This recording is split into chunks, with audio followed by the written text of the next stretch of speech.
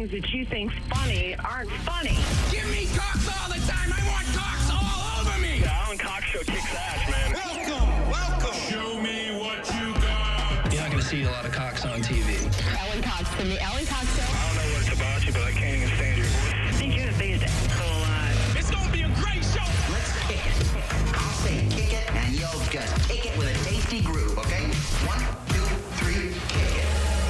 Kick it. Come on. God damn it. Could you one time kick it? What the? Alan Cox. Here we go. He'll ad-lib. He'll be fine. It's the Alan Cox Show on 100.7 WMMS.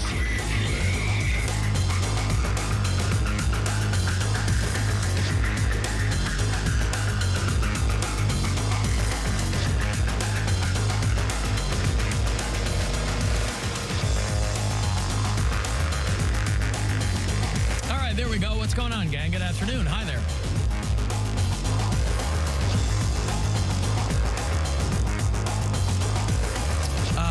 Hey, welcome and all that. My name's Alan Cox. Thanks for being here. Afternoon. Say hi to Bill Squire. He's right there. Hey, creepy hugs, everybody. Mary Santora is out. Poundcake's back in Studio G. Afternoon, white people. Hello. Like a real one. How was your weekend, Cody? It was okay. Yeah? Did you do anything fun? Did you do anything, did you get to spend some time with yourself? I was MC Wettings. All right. Saturday. Where was that? Oh, God, where was... Beechwood. Oh. Beechwood, yeah. My goodness. Mm-hmm. You know, for all of the complaints that people have, well, I don't know if they rise to the level of complaints, but, you know, we don't do a lot of show events on the east side. Poundcake's out there enough for all of us.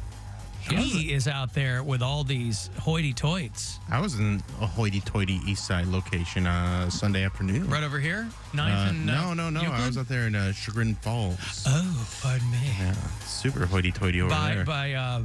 Were you under duress? Or? No, I went out to the Chagrin Valley Little Theater to see a play. Oh, pardon me.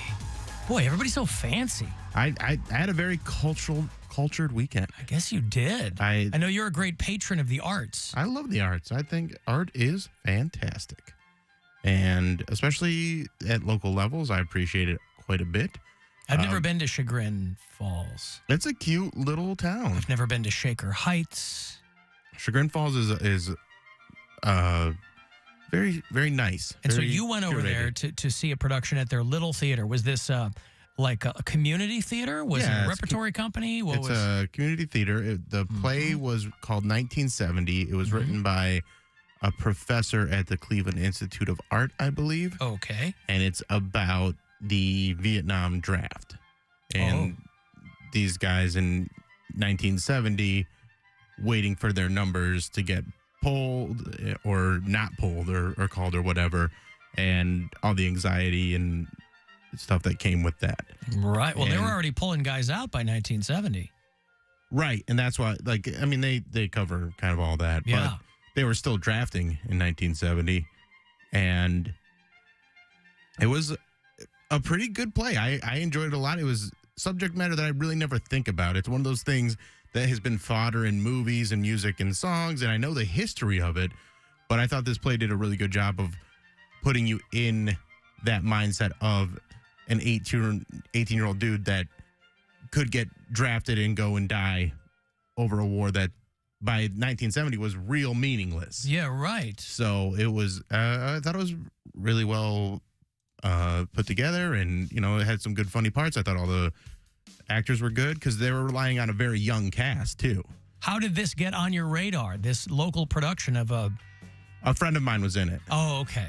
So I went to support her and really enjoyed it. I thought it was really well done. Did she play Nixon?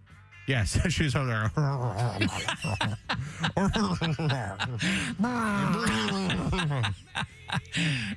Ranting about the Jews in the media and things like that. Yeah. Well, everything old is new again. Yeah. But it was really good. And then Saturday night, I went and saw that Mesmerica thing that I was talking about on Friday. Yeah. And I really enjoyed the Science that too. Center. Yeah. It definitely, that review that you read it is a glorified screensaver. A Windows 98 screensaver. Kinda, yeah. But I was a little bit stoned, and it was very fun for me. I thought it was a very good time. So you had a similar experience to those people who saw U2 in Vegas. Yes. Exactly the same, I would imagine. That was exactly. Mine was way cheaper. Right. The Mine Sphere. was way more inexpensive than what they had to pay in Vegas.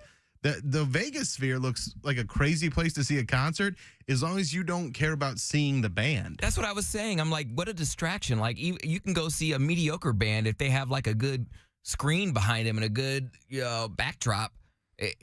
You can enjoy the show. Like, I don't even think. Yeah, you could have had anybody in there. I mean, U2 is doing a residency there. They're going to do 25 shows. So, I mean, that's no small thing. But, yeah, you're right. They could have had any band there, and people would have been oohing and on because the stage looked pretty Spartan. I mean, it was just Larry Mullen, their drummer right now, is on the IR. So they got some dude behind the drums for him. And how many people does that Sphere hold? Like 18,000 people or something? I mean, it's a really cool venue. Yeah, I mean, if you if you saw any of the footage on social media over the weekend of people who went to the U2 show at that brand new Sphere, I guess I didn't realize the time has kind of gotten away from me. I didn't realize that those shows were already beginning. I thought they were starting like mid-October. It's so weird seeing it on social media because when I was in Vegas, we drove past it while it was still under construction, and it didn't look that big. I thought it looked awesome. We were out there for the 4th of July, and the thing was done. They were just kind of putting the finishing touches on it. It was on? Yeah, at night, they would light it up. One time we drove by, it looked like a giant eyeball. Oh, yeah, it was rad, boy. I was like, that is going to be awesome when that thing's up and running. Oh, it sucks, because I wish I could have seen that when I was there because it was just a black little ball when we were there. Yeah. Well, I think you and I were... when you were in Vegas, you were just a black little ball, too. Before you lost all that weight. I think when you and I were in Vegas, though, it was over the course of 3 years. Like, the first time I went to Vegas was for my 50th, and you're right, it was still clearly being constructed. And then I think you saw it when a little bit more had been done, and then when I was there this past July, the thing was fully done. It was like $1 billion construction project. Multiple billion. Like was it really? It's like 2.2 billion. Well, there you go. Even better. I mean, but it looks like it's worth the hype. So it looks like a crazy place to see a concert. But again, I think it's like you're not like if you want to see Bono, they don't really put him up on the screen. And that's the thing. That would be crazy though. If they just put the band up there, giant faces. I was thinking about like what artists now would do a show there because obviously it's going to be a hot spot for like residencies and stuff like that. Like, you don't want to see a pop star. Like, Lady Gaga already has, like, a huge theatrical stage anyways. So what artists now will want, because it's not a lot of room, it's mainly just screens. Well, so I think... it's mainly more like a band stage than, like, a pop star stage. Yeah, but I think I think any artist that's going to play there is going to sacrifice their specific production in service of that Sphere. Or integrate a new kind of production, because this is just what U2's doing with it. I'm sure there's a million different ways to utilize this venue in a very unique way. And I think someone like a Daft Punk or someone that's a little more out there creatively is going to figure out a way to use this space in a way that nobody ever thought to. EDM artists are going to have a field day. Yeah, right? Like imagine someone when they do like this, they lift up over the stage, they're on those, those wires. Imagine the backdrop they could put behind them. They could make them look like a superhero flying through the sky and do stuff like that. It is Vegas. Just put Cirque du Soleil in. I was like, trapeze, one of those dumb Cirque du Soleil shows. Yeah, no, it really makes the band look lame though, because like small. This amazing thing is happening behind you, and then it's just Bono standing at a microphone stand. He's not even moving around the stage. They're just stuck on that platform. The only thing I wouldn't like though, they said that the seats are very steep, like when you're walking down. That would trip me out, and also the first level, like closest to the stage, is not the best seats. They said like the best you want to be in the middle. Nosebleeds. Yeah, you want to be somewhere like up near the middle so you really get the full immersion situation. Plus, you can buy one of those $5 tickets behind one of the concrete construction posts. Exactly. And then just peek your head out every now and then and be like, this is neat. This is awesome. Also, screw you too. Happy birthday, Erica Lauren. Happy birthday, Erica Lauren. Congratulations. It looked very cool and, good for them. And U2 probably didn't care about not being filmed for once. Under normal circumstances, you'd be filming the band. This time, everybody's camera was pointed up. Right. to the ceiling. "Ah, look at that. That's awesome. The band's just down there playing. They were like background music for the reveal of the big sphere. You want to talk about a band? And the funny thing is, a lot of the backgrounds were just landscape, so it's just like, you could have just gone to the desert. Right. So what I'm trying to say is, short story long, Bill had a very similar experience there at the Great Lakes Science Center, and it was far more affordable. I did have a good moment where a few times during that Mesmerica thing where with the visuals that they had, the seat that I had, I genuinely had that floating experience where you felt like you were floating through space and it didn't feel like anybody was around me. Like that was very cool. It was brief, but it felt like I was astral projecting for just a moment. Now, for people who are looking for things to do, this is what Bill's talking about is completely different than Maz America, which is, of course, Maz Jobrani's one-man show. Also great. Also, I heard very great. transcendent. Yeah. But you don't need to see it in a bubble or anything. I got to take a break. If you want to send a text, 35192 to get me there. You can join us live on the phone if you like, 216-578-1007 or 800-348-1007.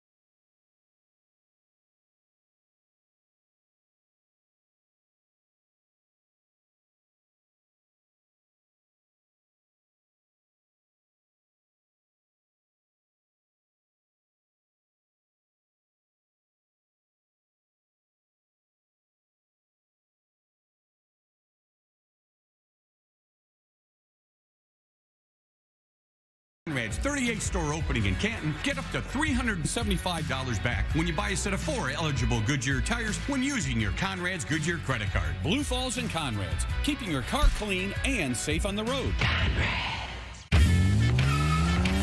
What's up, everybody? This is Sung Kane. And Amelia Hartford. And this is our new podcast, Car Stories. We get to bring you guys into our world where maybe otherwise you would never get to meet these incredible people. We'll talk to people from all over the car community, including friends like Peter Brown, John Oates, Matt Farah, Jesse Iwuji, and so many more. Listen to Car Stories with Sung Kane And Amelia Hartford. on the iHeartRadio app or wherever you get your podcasts. If you can't beat them, join them. And if you can't join them, send a strongly worded letter asking why your application was rejected. Another helpful tip from the Alan Cox Show on 100.7 WMMS.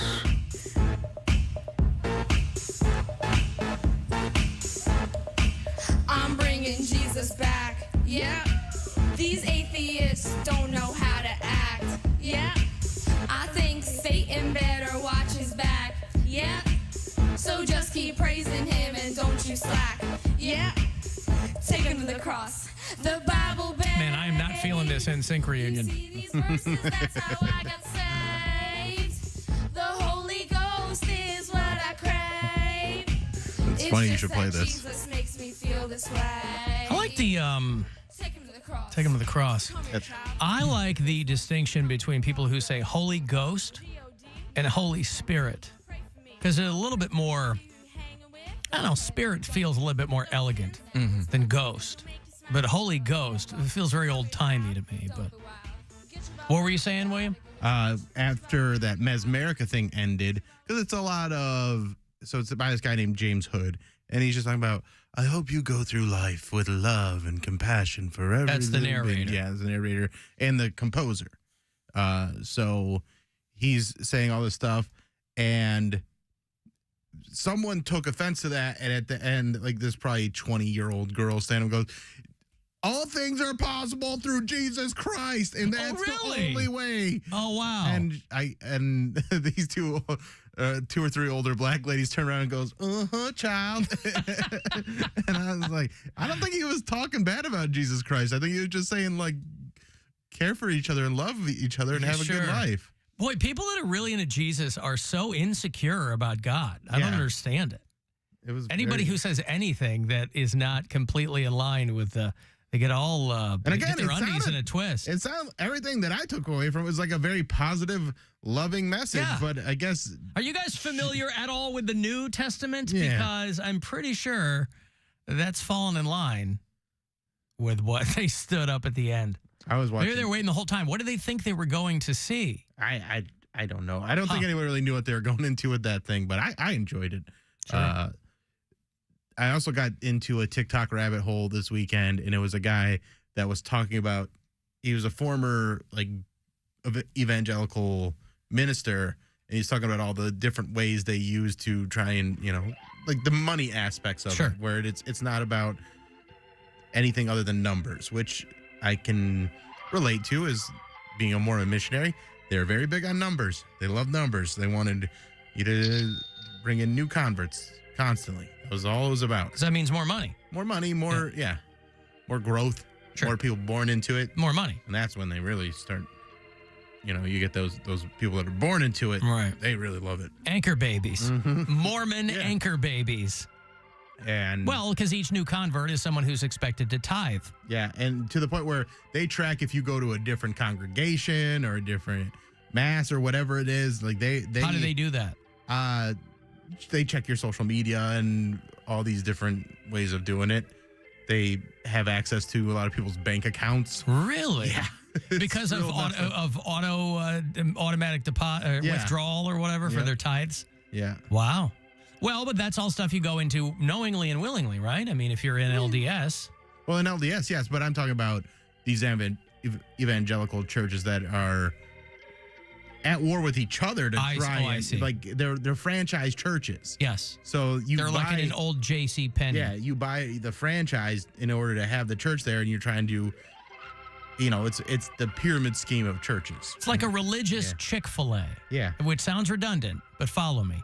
Yeah, it's like opening up, like you said, franchises.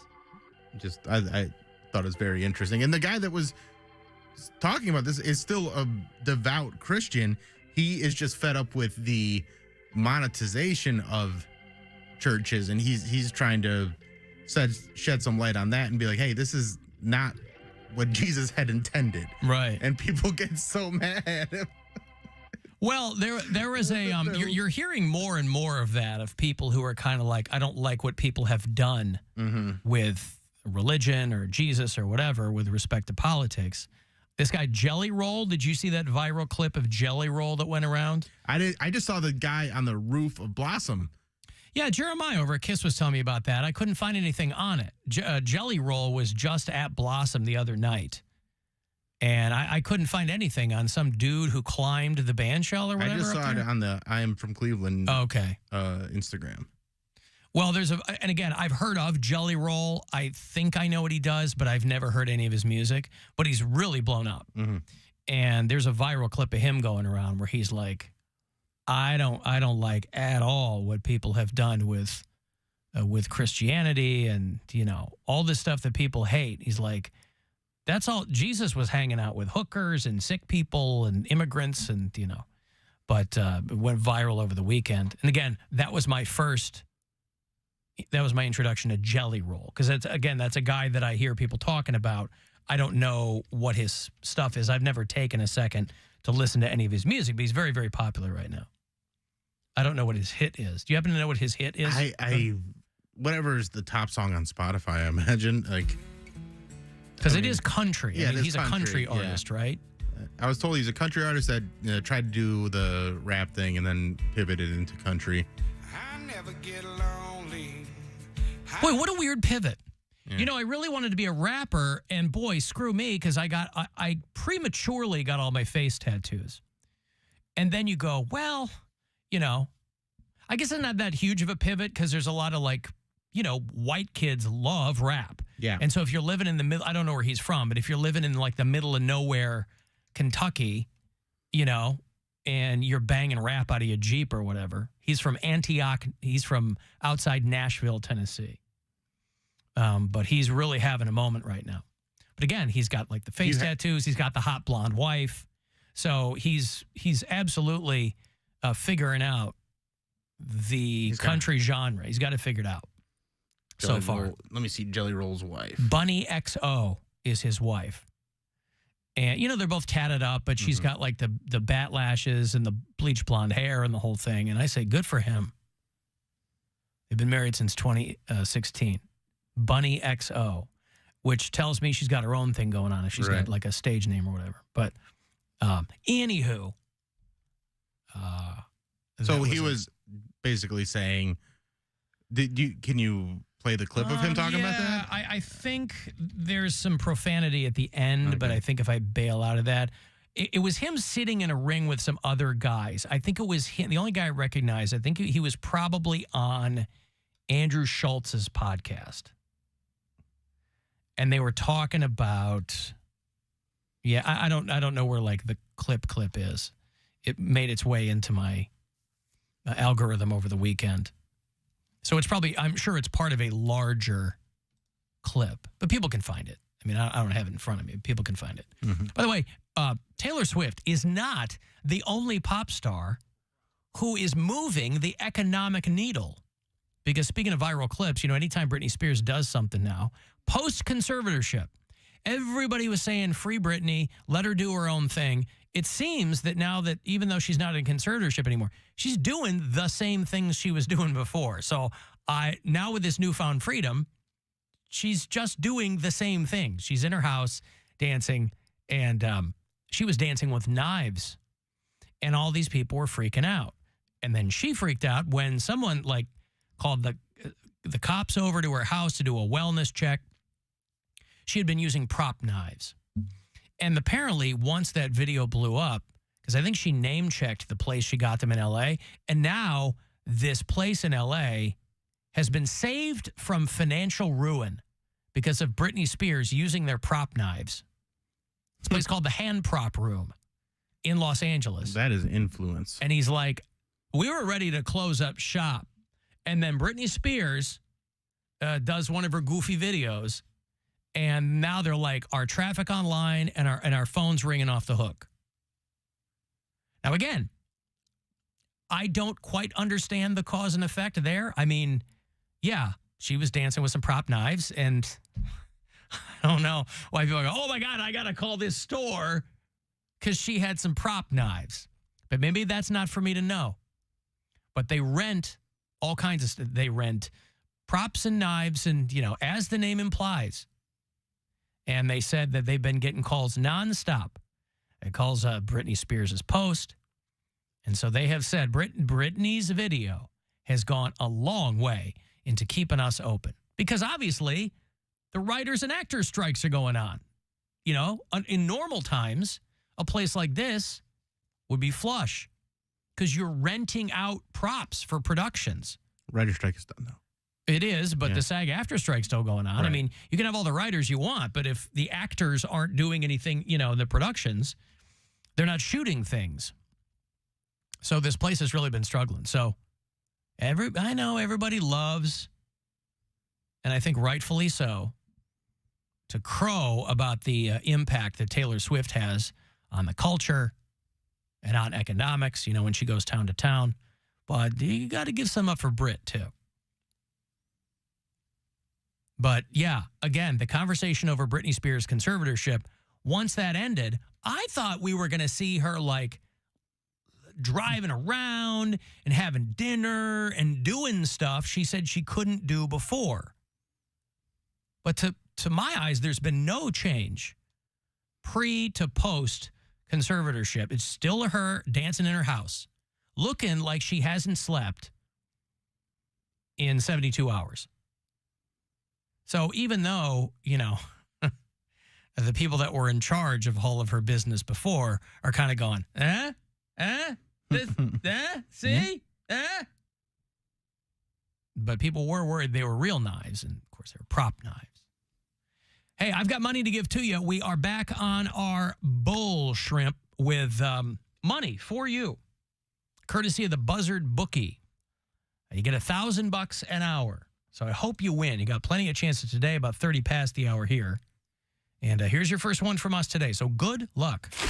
This is your chance to bet with the Buzzard Bookie and win $1,000 now. Enter this nationwide keyword at WMMS.com. Deposit. That's deposit. Enter it now at WMMS.com. In the last break, I'm not usually prone to impulse buys, but an email came to me at just the right time, and they already had all my information. So it was literally just a couple of clicks, and I ordered a couple of Lou Malnati's deep dishes in the break. I haven't done it in a while, but they got me at just the right time. Was there like a deal or something? Or Nope. They're just like, Nope. Hey, get one of these. Yup. Yeah. $76.99 for two of them. Oof. Dude, you're ridiculous. Hoofa. Well, they got me at the right time. Someone got a good check, I guess. I don't know. It's so easy, by the way, when you're on a website that's got your information, or that you just that's why. They Amazon have all gets me all the time because I've ordered from them before. They go, hey, would you like us to? I gotta do it. Yes. Well, clickaroo. Yep. And then you get $70 worth of pizza. $77. $77. Oh, dude. $76.99 for two Lou Malnati's deep dishes that are going to be sent to me, shipped in dry ice. It is worth it. It's worth every red cent. I liked it. And I appreciate that you bought me one. Yeah. Or you bought me two. Yeah. And they were good. Yeah. I would not do it myself. Understood. Not worth like $80. I said, I haven't done it in a while either. Yeah. But they just got me at the right time. Yeah.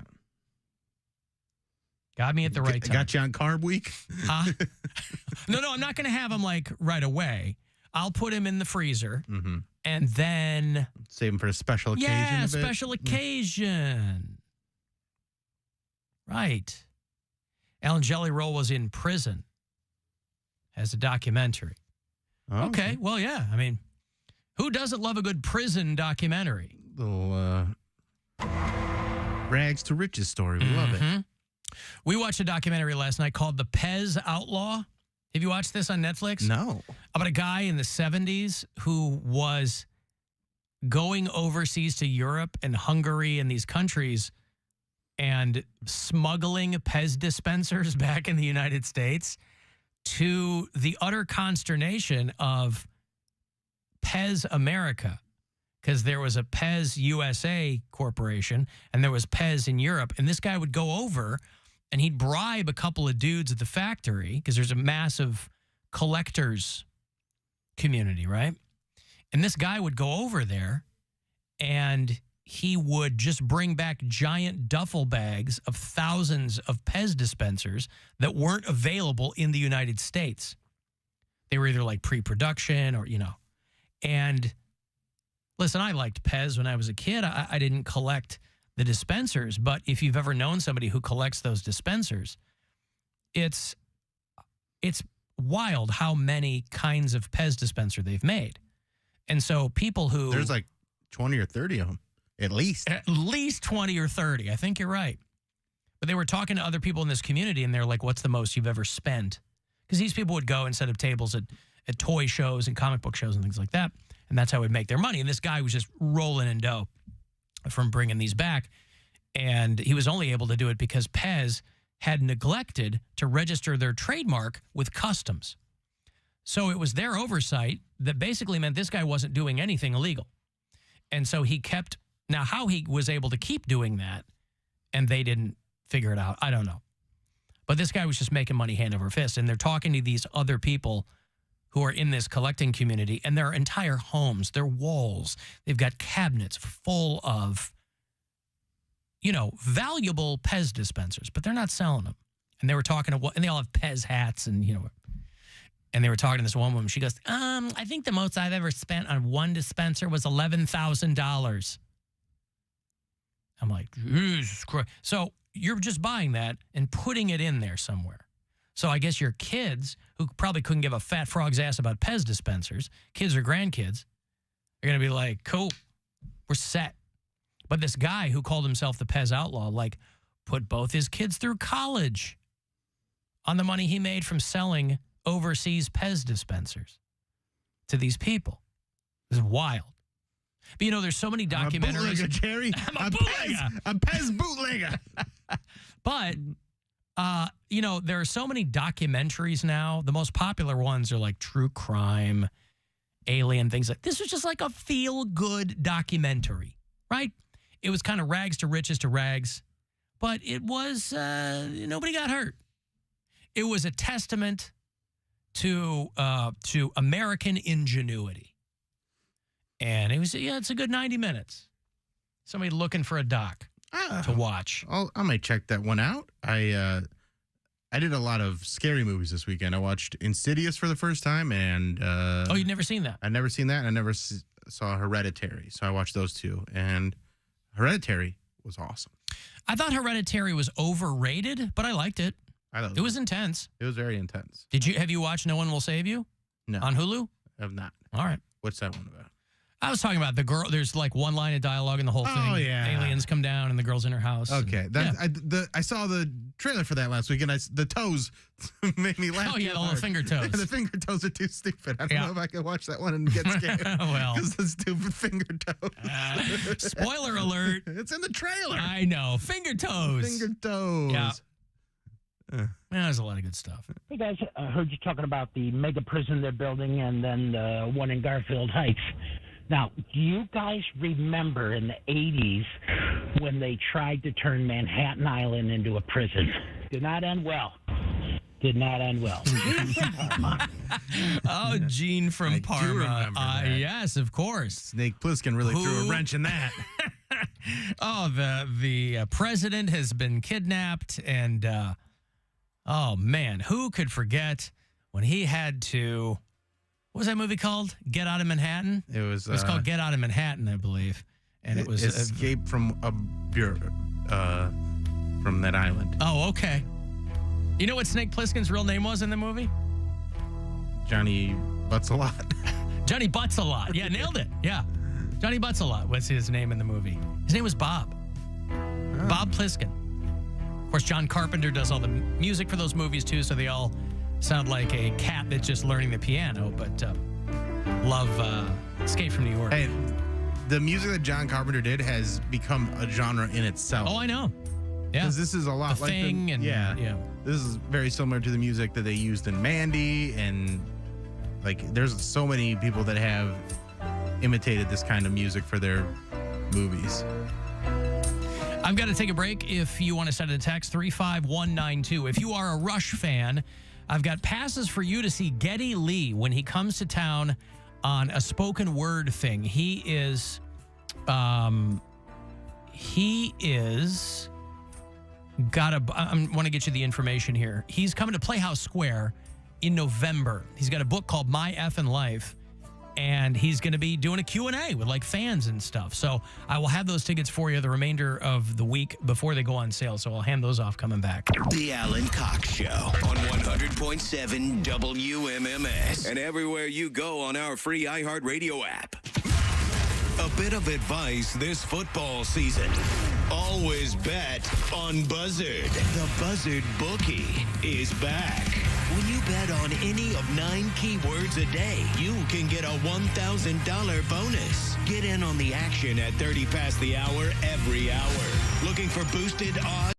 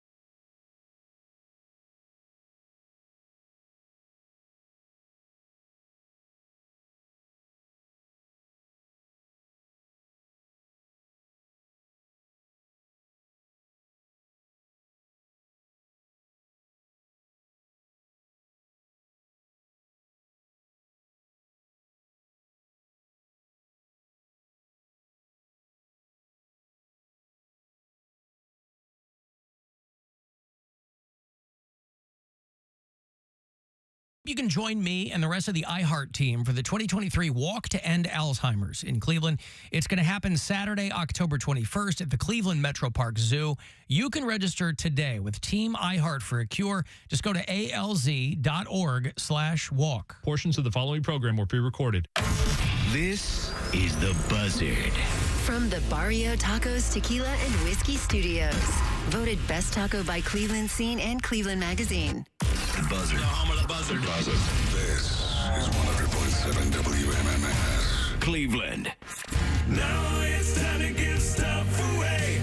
Time to give stuff away. All right, if you are a Rush fan, there's a big show coming up with Geddy Lee. He is going on the road with his book. It is called My Effin' Life, and it's going to be an evening of conversation. There's going to be a special guest interviewer. There's a fan Q&A. Every ticket sold includes a copy of his book, My Effin' Life. MMS, of course, the first station to play Rush in the United States. So it's a big deal here in Cleveland. To see Geddy Lee, it is Sunday night, November the 19th at the State Theater at Playhouse Square. The tickets are not on sale until Friday morning. So if you want to go, I have a couple of tickets here for you to see Geddy Lee in conversation. Caller 10-216-578-1007 or 800-348-1007. The Alan Cox Show reminds you, don't text and drive. Unless that text is, hey, Mom, who was the drummer for Supertramp? That can't wait. 100.7 WMMS.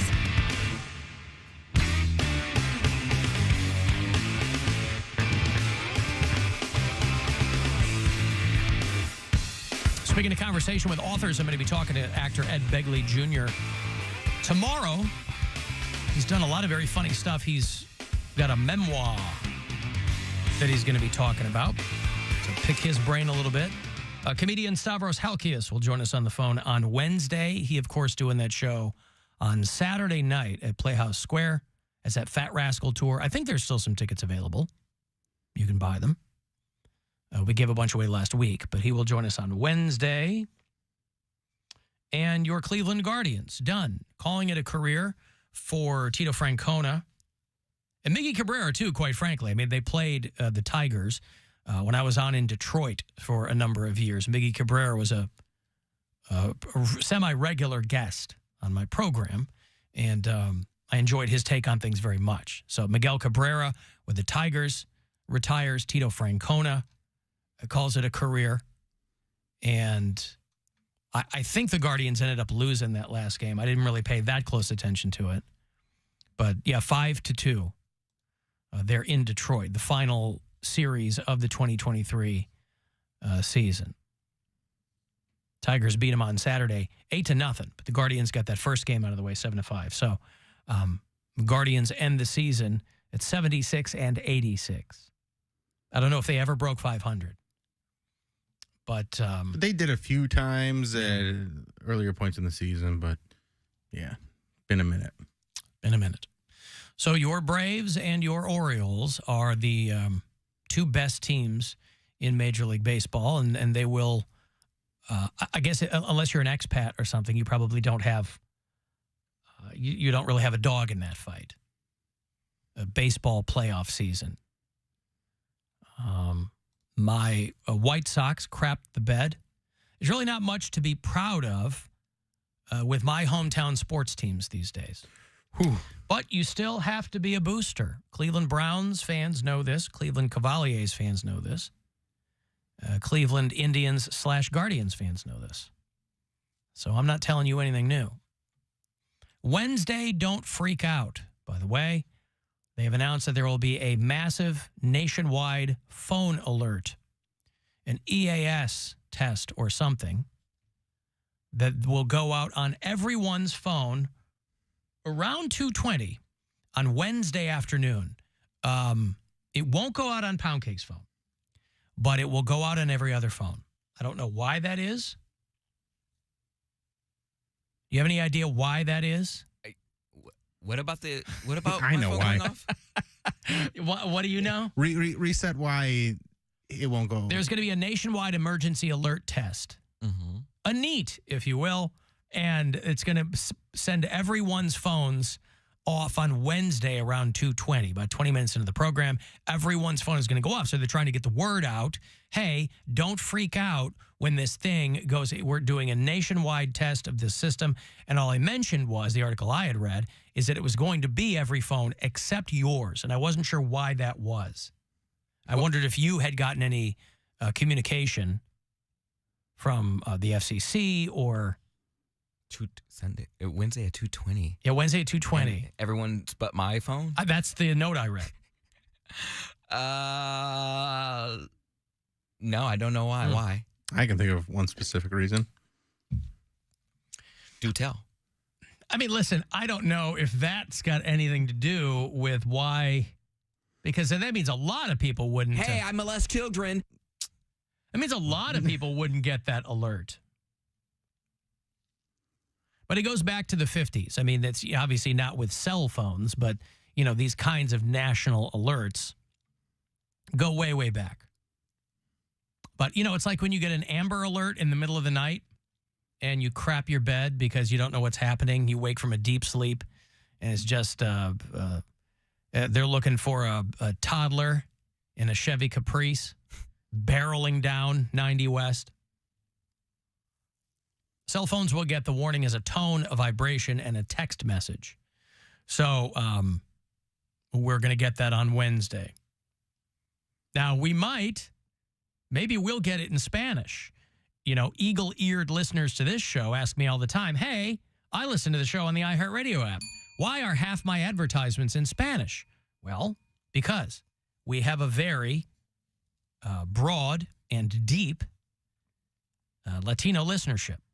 And so when they try to reach that portion of our audience, you want to give them the bilingual commercials. We were running, this show was running an advertisement pretty heavily among our Pittsburgh listeners for a program called Black Love, which I assume had something to do with Jimmy Butler's hairdo. but I don't know if that's what it was. I thought he was starting a band. My Chemical Free Throw Mance. Mm-hmm. There it is. Oh, Jimmy Butts. Come on, man. I love what he does every year. Love him. Because he does this for the Media Day photos. So last year he did like the big crazy braids and he has fun with it. This year he did like the emo hair. Yeah. Great. And then that's the picture they have to use of him all year in all their promo stuff. So he had the 3 lip piercings. Yeah. He had the nose pierce. He had the spikes great. in the eyebrow. I think it's hilarious. He looks like a roadie for Cameo. Mm-hmm. And, you know, whatever. My daughter was excited because I mentioned to her that they have renewed SpongeBob SquarePants for a 15th season over there at Nickelodeon. And I have to think, and this ties back in quite nicely to Poundcake's sports break from the week before last. I have to think that it was in no small part to Cincinnati Reds Joey Votto doing the French accent. Whether or not they're going to use him in the new season, I don't know. But at least they've got somebody, you know, with all these performer strikes going on, that may be something now that baseball season is over. I don't know if the Reds are looking at any postseason play. But that might be something for him to look into. It is here we find the submarine habitat known as Bikini Bottom. Let us observe now as the sun rises on a new nautical day. Mm-hmm. So I don't know if they'll use that. I hope they do. That would be the smart move. SpongeBob has been on for over 20 years. I was going to say, I know I was watching it when I was a kid, and now the younger generation, like my nieces and nephews, are all like watching it. Yeah. Well, people are still, every generation, you know, kids from the aughts, every generation seems to have a SpongeBob phase. It's kind of a rite of passage as far as animated shows go. Because it taps into something in a kid's brain. It's a lot of screaming and it's a lot of, you know. But they're launching season 14 next month. So they have just announced ahead of that, hey, we're going to do another season. Now, the guy who who created SpongeBob died some years ago. Steven Hillenburg had like a bacterial infection, or I don't know what he had, but he's been dead for a while. But the new season will be 26 episodes. They will celebrate the 25th anniversary of the first episode next year. So if you want to feel old, that's a pretty good way to do it. My kids have never lived in a world without SpongeBob. Without SpongeBob. Yeah. Well, I didn't They all love it. I wasn't even aware that it was still being produced. I didn't know that show was. They go I don't know years now, though. I guess. Yeah. I Because, didn't I mean, know it's that been they were- around for 26 years. They've done 15 seasons. So Yeah. it's on that HBO, Game of Thrones, Sopranos schedule. We're like, yeah, we'll get to it when we get to it. We want to put out a quality product. We want to make sure it's top notch. It's So you basically just one wait. of the, for viewership, it's basically propping up Paramount Nickelodeon. Plus. Yeah. Yeah. I mean, seems to be what each of these streaming platforms relies on, is like one thing that people will watch again and again. Disney Plus, it's The Simpsons. With Paramount Plus, it's SpongeBob. Peacock is The Office. Max, I think, is Friends. Like Is it really? It's all these shows, or Friends and Sopranos. Retro programming. Yeah, but it's all this stuff from decades ago that people are still watching again and again and again. Well, because you know that old shows are good. You don't know if the new ones are going to be any good. You go, well, am I going to waste my time watching this when it might stink? I know those are good. I've watched them before. They still make me laugh. You know, last night Fox premiered the 35th season of The Simpsons and the 14th season of Bob's Burgers. It's crazy that Bob's Burgers is in 14 seasons. I agree. John Benjamin could not be more pleased. You know, I mean, Archer just ended. I mean, or it's airing its final season. So Archer's going away. And that did, what, 11 or 12 seasons, Yeah, right? 11 seasons, I think. But to be able to do a voice, and again, you know, these people aren't making Simpsons money on these shows, but when you have a gig, you're still going to make good money for what the job requires and how long the shows have been on. And for how much they need you to actually go to work. Yeah. It's not like they're working every week. They write all the shows, then they do the recordings in about a month or two, and then they wait for the next season. I think Poundcake is really doing himself a disservice by not auditioning for animated voice roles. Oh, I plan to do that for sure. But you plan to do that? There's a guy that I am like a connection with on LinkedIn, and he is, I don't know, I think he works for an agency or he's like some type of coach. And I'm about to message that dude and just get into voice acting because it seems fun. I don't know if I could do it full time, but oh God, that would be, I don't know. I think it's just an extinction of my talents. I don't know. What was our cartoon we made up all those years ago? It was like Mac and Cheese. Something like that, yeah. Cheese, where are you? Because I've been told for years that I have like a cartoony voice. What? And just playing different characters would be fun. Mm-hmm. You could play an evil guy. Yep. You Play a play a macho horse. guy. That's so funny. You Mhm, play, a a horse. You can play a goat. Cow, right? Yeah, you can play a cow too. Moo. A depressed cow. You play a wolf. Poundcake's barnyard. Mm-hmm. You could play a whale.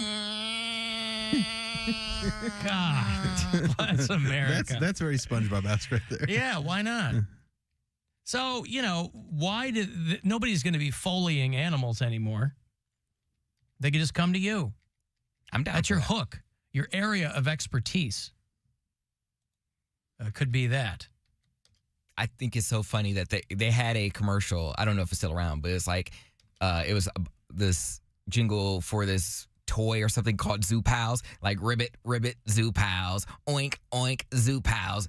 Oh no, it was a plate. It was a plate that had different animals on it, and Zoo Pals makes eating fun. That's what it was, and it always stuck in my head. I'm like, this is the sound effects that people have for animals. It's so like if you write out the sound effect, it's weird to like act. Yeah, because out. Zoo Pals was a thing a long time ago. I think they brought him back. Zoo Pals makes eating fun. Ribbit, Zoop House. Oink, oink, Zoop House. Well, send that in. Just run that off and send it into the agency and see what they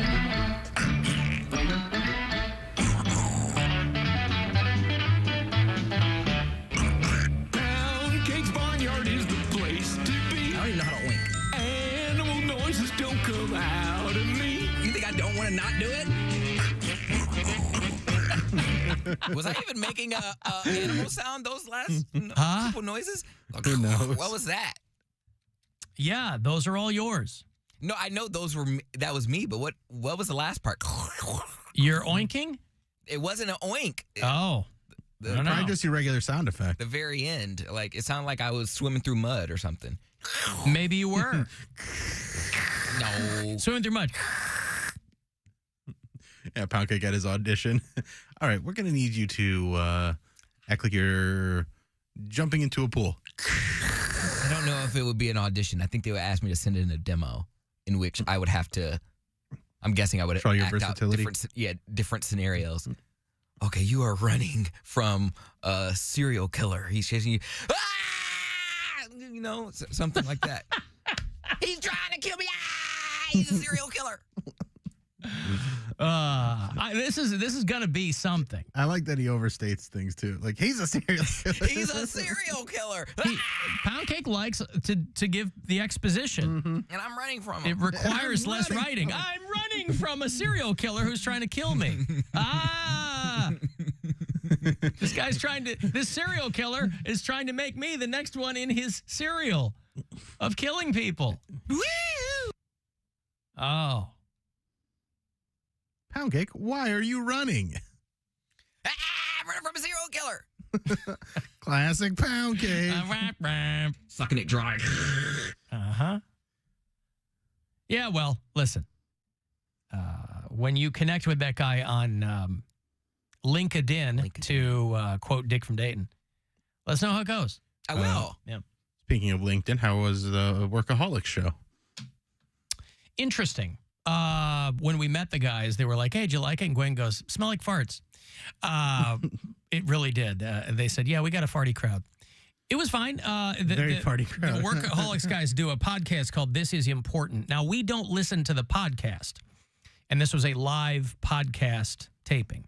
So we'd never heard it before, but we like those guys. We liked Workaholics a lot, and so we did the show and the meet and greet after, and it was the first time I had been back, literally, I don't think I realized at the time, but it was the first time I'd been back to the Masonic since we did the 10th Alan Cox Show comedy tour. So I hadn't been back there since 2019. I don't know that that's the... And again, anytime there's a podcast recording, I would assume, it's a lot of inside jokes, right?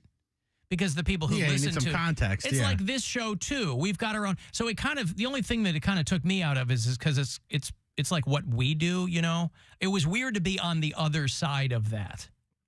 Where these guys are just, I mean, obviously it wasn't like they had prepared something, but then at the end they did this whole thing where they were like all dressed like wizards and they were rapping, and the acoustics for something like that were just god awful. So you couldn't tell what was going on, but they were nice. It was cool. I mean, it was a good night. It was pretty packed out. It was good. But, yeah, it was fun. But I don't go to podcast tapings. You know what I'm saying? Because, like, I don't even think that doesn't thrill me. That's not... I feel like when they do live podcasts, they don't even record it. They only usually put those out. They just do it. It's like a one-off show for that city. Maybe Blake was recording. He's like, we'll cut that out later or whatever. Okay. So I think a lot of these guys... Maybe some do. I know some will do like their live podcast, but they won't put out the live episodes, or they'll make them like a Patreon special or something. Yeah, like maybe. That. I don't know what they'll do. Again, I'd never heard the podcast, but I like those guys a lot. So yeah, it was fine. They were nice. It was entertaining. Well, then that's great. Sure. They discovered they didn't discover, but they crowned a new Miss USA. And apparently nobody could remember her name, and so they just kept referring to her as Utah. Noela Voigt is her name. She wants to, she's a Venezuelan American. And the pageant was Friday night, and I don't know if they couldn't remember her name. Maybe they didn't have the notes. Maybe I don't. It's not that hard of a name to pronounce, but they just kept screaming out Utah when they would talk about her. And now, Miss USA 2023 is Utah! Congratulations, Utah! Don't they usually say? Take your first walk. Don't they usually say Miss Utah? Just going Utah. That's it. Or congratulations, Noelia Voigt. Or Miss Voigt. From Utah. Mm-hmm. Or from Utah. I don't know what's her first name. Noelia. Noelia. Noelia Voigt. I don't know who the hosts are, but boy, they kept screaming out Utah. As the new Miss USA! Ladies and gentlemen, what an amazing night. That's right. Congratulations to all of our contestants and to our new Miss USA Utah. Good night, everyone. You did it again. Good night, everyone. Utah. Boy, they really, maybe the state of Utah paid them to keep working the name in. Maybe it was some SpawnCon. But yeah, Utah, you think you'd want your name out there. It was down to her and, I don't know, somebody else. But that will air sometime in the future. Miss Teen USA, of course, went to New Jersey because why not? I personally believe that U.S. Americans are unable to do so because some people out there in our nation don't have maps, and I believe that our education, like such as in South Africa and the Iraq, everywhere like such as, and I believe that they should, our education over here in the U.S. should help the U.S. or should help South Africa and should help the Iraq and the Asian countries, so we will be able to build up our future for our Thank you very much. Thank you very much, Miss South Carolina. So, Miss Utah. And again, when this, if you watch these, if you watch the telecasts of these pageants, you're welcome because you know her name now. The hosts had no clue what her name was. Screaming out Utah. And I don't know, I wish I knew who the hosts were. It's probably, I don't know, it was probably Carey Underwood and... Mario Lopez? It was two girls. It's two women. I don't know. Hey, want to go see John Oliver? He's back on HBO. The show premiered again last night, and he is doing some stand-up dates. Going to bring him to Akron next week, a week from Wednesday. John Oliver Live is going to be down at the Akron Civic Theater. So if you want to see him midweek, I'll have a couple of tickets for you coming back. 35192. You want to text for anything else? And we are back to... giving you money from the Buzzard Bookie. So your next keyword to win $1,000 is coming up at 3:30. This is the Alan Cox Show. Everywhere on our free iHeartRadio app or whatever smart device you have. Just tell it to play the Alan Cox Show on iHeartRadio. From the Universal Windows Direct Weather Center, WMMS Weather. Mostly sunny skies for your Monday with highs near 80. Mostly clear tonight with overnight lows around 60. For your Tuesday, sunny. Highs again around 80. This report is sponsored by Take 5 Oil Change. At Take 5, they're faster than you think. That means they'll change your oil and have you back on the road faster than it takes your fancy designer half-calf heavy cream no-whip mocha latte to get cold. Just sit back and relax while their fast, friendly team does all the work. Take 5, the stay-in-your-car 10-minute oil change. You can do amazing things on the internet, like watch goats ride scooters, or get 50% off any Domino's pizza. You can check in on your ex, or get 50% off all Domino's pizzas. Your aunt can like all of your photos from 3 years ago, or you can get 50% off every pizza right now at Domino's.com. This week, it's the best thing on the internet. Get 50% off all Domino's menu price pizzas when you order online this week only. Select this offer online only through October 8th at participating locations. Prices, participation, delivery area, and charges may vary. Offer applies to the pizza portion of your order only. Hey, it's Alan for FanDuel. If you are not betting on FanDuel yet, the NFL season is just getting away from you because right now, new customers can get $200 in bonus bets guaranteed when all you do is place a $5 bet. So $200 back in bonus bets, win or lose. If you're not on FanDuel yet, use my name, FanDuel.com/Cox. That's how you sign up. And you can be betting all NFL season, all year long, in fact. However you want to do it, it's easy to use. You can bet however you want. If you want to do straight money line, if you want to do player props, over-unders, figure it out for yourself, and you'll have a great time. On FanDuel, official partner of the NFL, 21 and over and present in Ohio. First online real money wager only, 10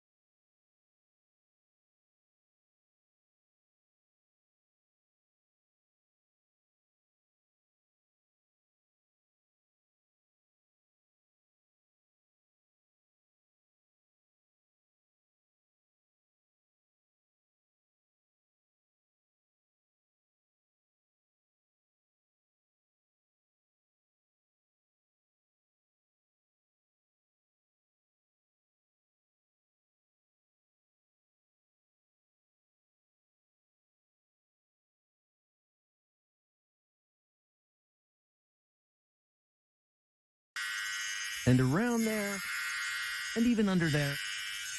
Don't treat your groin like junk. Respect it with Gillette Intimate, the best a man can get. Buy now at a retailer near you. What's up, everybody? This is Sung Kane. And Amelia Hartford. And this is our new podcast, Car Stories. We get to bring you guys into our world where maybe otherwise you would never get to meet these incredible people. We'll talk to people from all over the car community, including friends like Peter Brown, John Oates, Matt Farah, Jesse Iwuji, and so many more. Listen to Car Stories with Sung Kane And Amelia Hartford. on the iHeartRadio app or wherever you get your podcasts. Hey there, it's Alan. I hope you can join me and the iHeart team for the 2023 Walk to End Alzheimer's in Cleveland. It's going to happen on the 21st of this month, a Saturday, at the Cleveland Metro Park Zoo.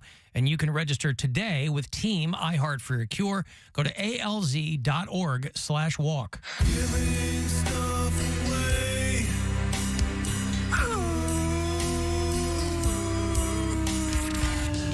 John Oliver back on HBO last night after the writer's strike ends. He is going on the road doing some stand-up dates, one of which will be in Northeast Ohio next week. He's going to do the Akron Civic Theater on Wednesday night. That's the 11th, next Wednesday. LiveNation.com has got the details if you want to buy tickets. You can win them from me all week. So caller 10, this pair is yours. 2 for John Oliver live next Wednesday in Akron. Good luck. Caller 10, 216-578-1007, 800-348-1007. The Alan Cox Show. Listening to the show doesn't make you a bad person. That thing in the foot locker at the end of your bed, that makes you a bad person. MMS. The Buzzard.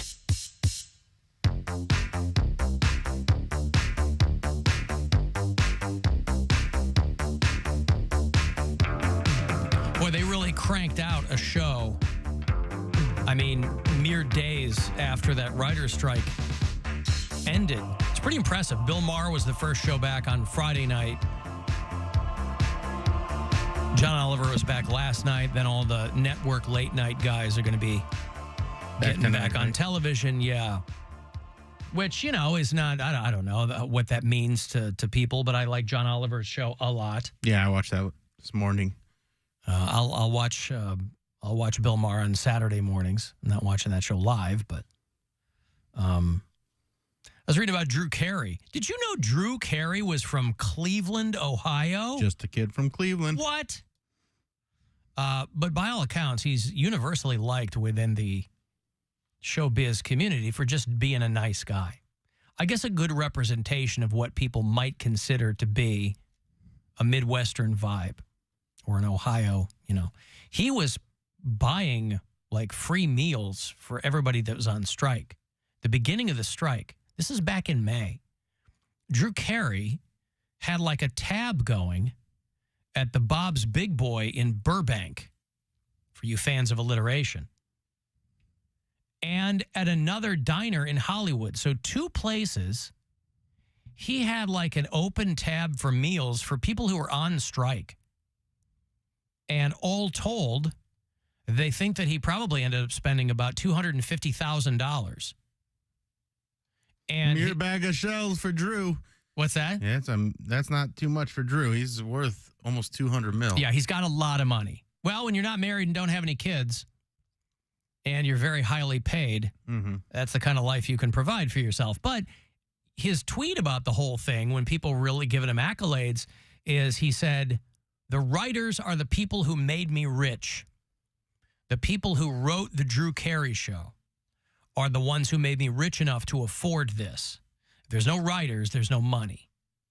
And so he took a very pragmatic kind of approach to it, because they were writing big articles about how nice Drew Carey was. And he wasn't the only one. I mean, there were other people that were doing this kind of thing, you know, people that were highly paid performers. He makes a lot of money doing The Price is Right. But they said that it was costing him between $10,000 and $12,000 a week. And the strike was about 21 weeks long. But again, the big shock for me was, as I was looking at the small details in the story, Drew Carey from Cleveland, Ohio. I mean, how How could I have missed that? You know, you'd think that he had a sitcom a long time ago. You'd think he would have put a nod to his hometown in the show. Very absent of any Cleveland reference. Well, that's what I'm saying.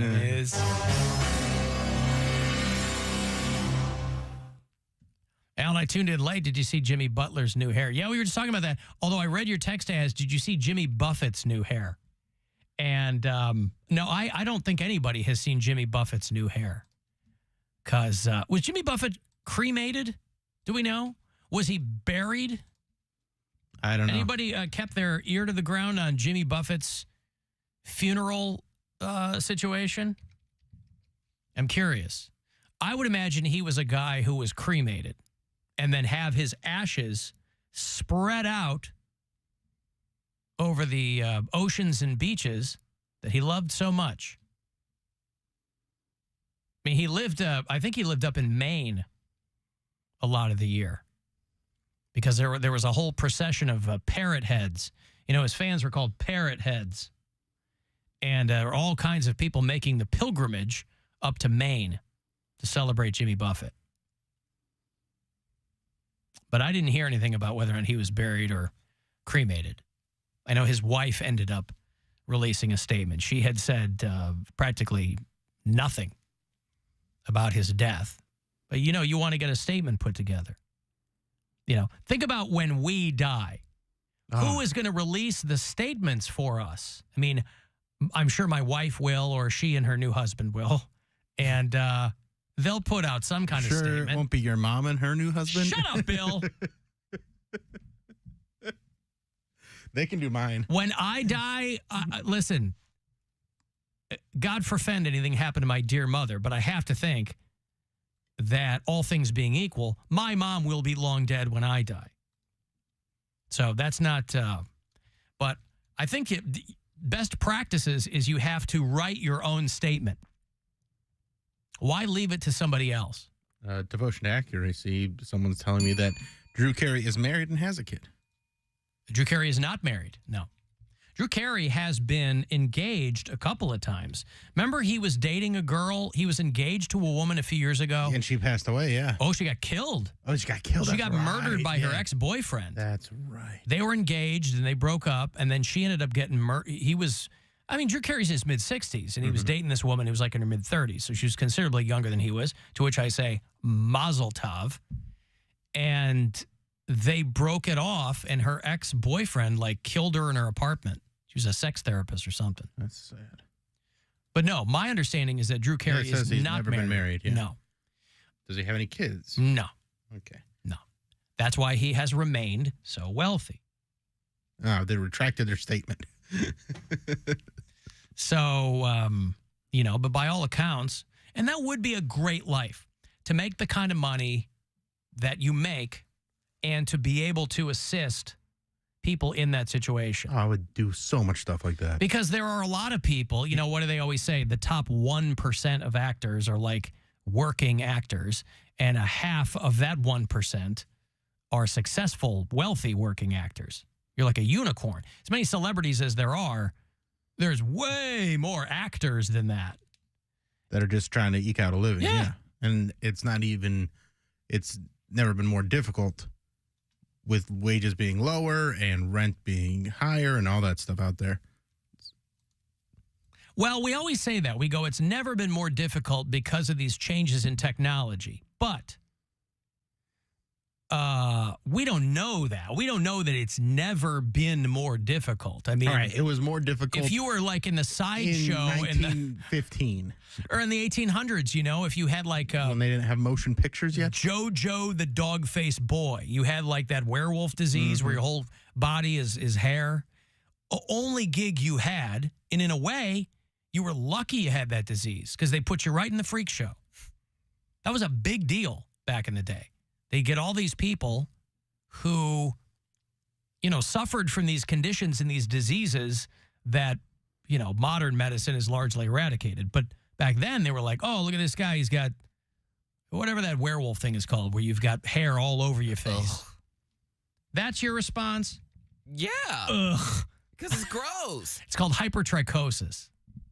It's called werewolf syndrome, and it's excessive growth anywhere on the body. Freudian slip. I bet they can't wait for Halloween because everyone's like, "Oh my God, dude, your costume's Yeah, awesome." but they look like that they probably hate Halloween. But strangers don't know that. If they just see him out there like, "Oh," they look at it like, "Mel, that's a good one." Like, that's a good Mel? Is this person's name Mel? Is that what you No, said? I'm saying like he's walking into the store and there's a couple walking out and they're like, "Oh wow, Mel, look at his costume." Mhm. You know, that's a good one. Way to stay. You know, he walks around like that all day. He's like, way to commit, buddy. So he's like, yeah, you know what? Today I don't feel like a freak. Yeah, I mean, it's nothing that you ever see. I don't think you see this in this country. You see this in places like India. You know, these are diseases that I think a lot of Western medicine has at least I was gonna say, mitigated. Why is it over there and not over here? Because I got 1 billion people, and there's multiple places around the entire country that like don't have plumbing, and they're just dumping crap into the rivers, and so there's all kinds of wild, just bacterial things going on, and it's a completely different situation. Now, we in this country, if people who run things have their way, we will catch up to that. Factory farms just want to dump crap in the rivers and the lakes, and so they want us to all be walking around looking like werewolves too. And I blame Big Halloween, because I think you're onto something. I think that it is playing the long game for these Halloween big box stores to get everybody over here suffering from something along the lines of hypertrichosis. But they didn't have unions for the sideshow performers. For the little, I don't know if everybody remembers JoJo the dog-faced boy. That was like a very famous sideshow performer for a long time. That was like your go-to if you were... Now, I imagine the people running these things were paying these people peanuts, even though they were the stars of the show. Guys like P.T. Barnum and, all these other scammers, they were paying these people nothing. Probably paying them a nickel a year.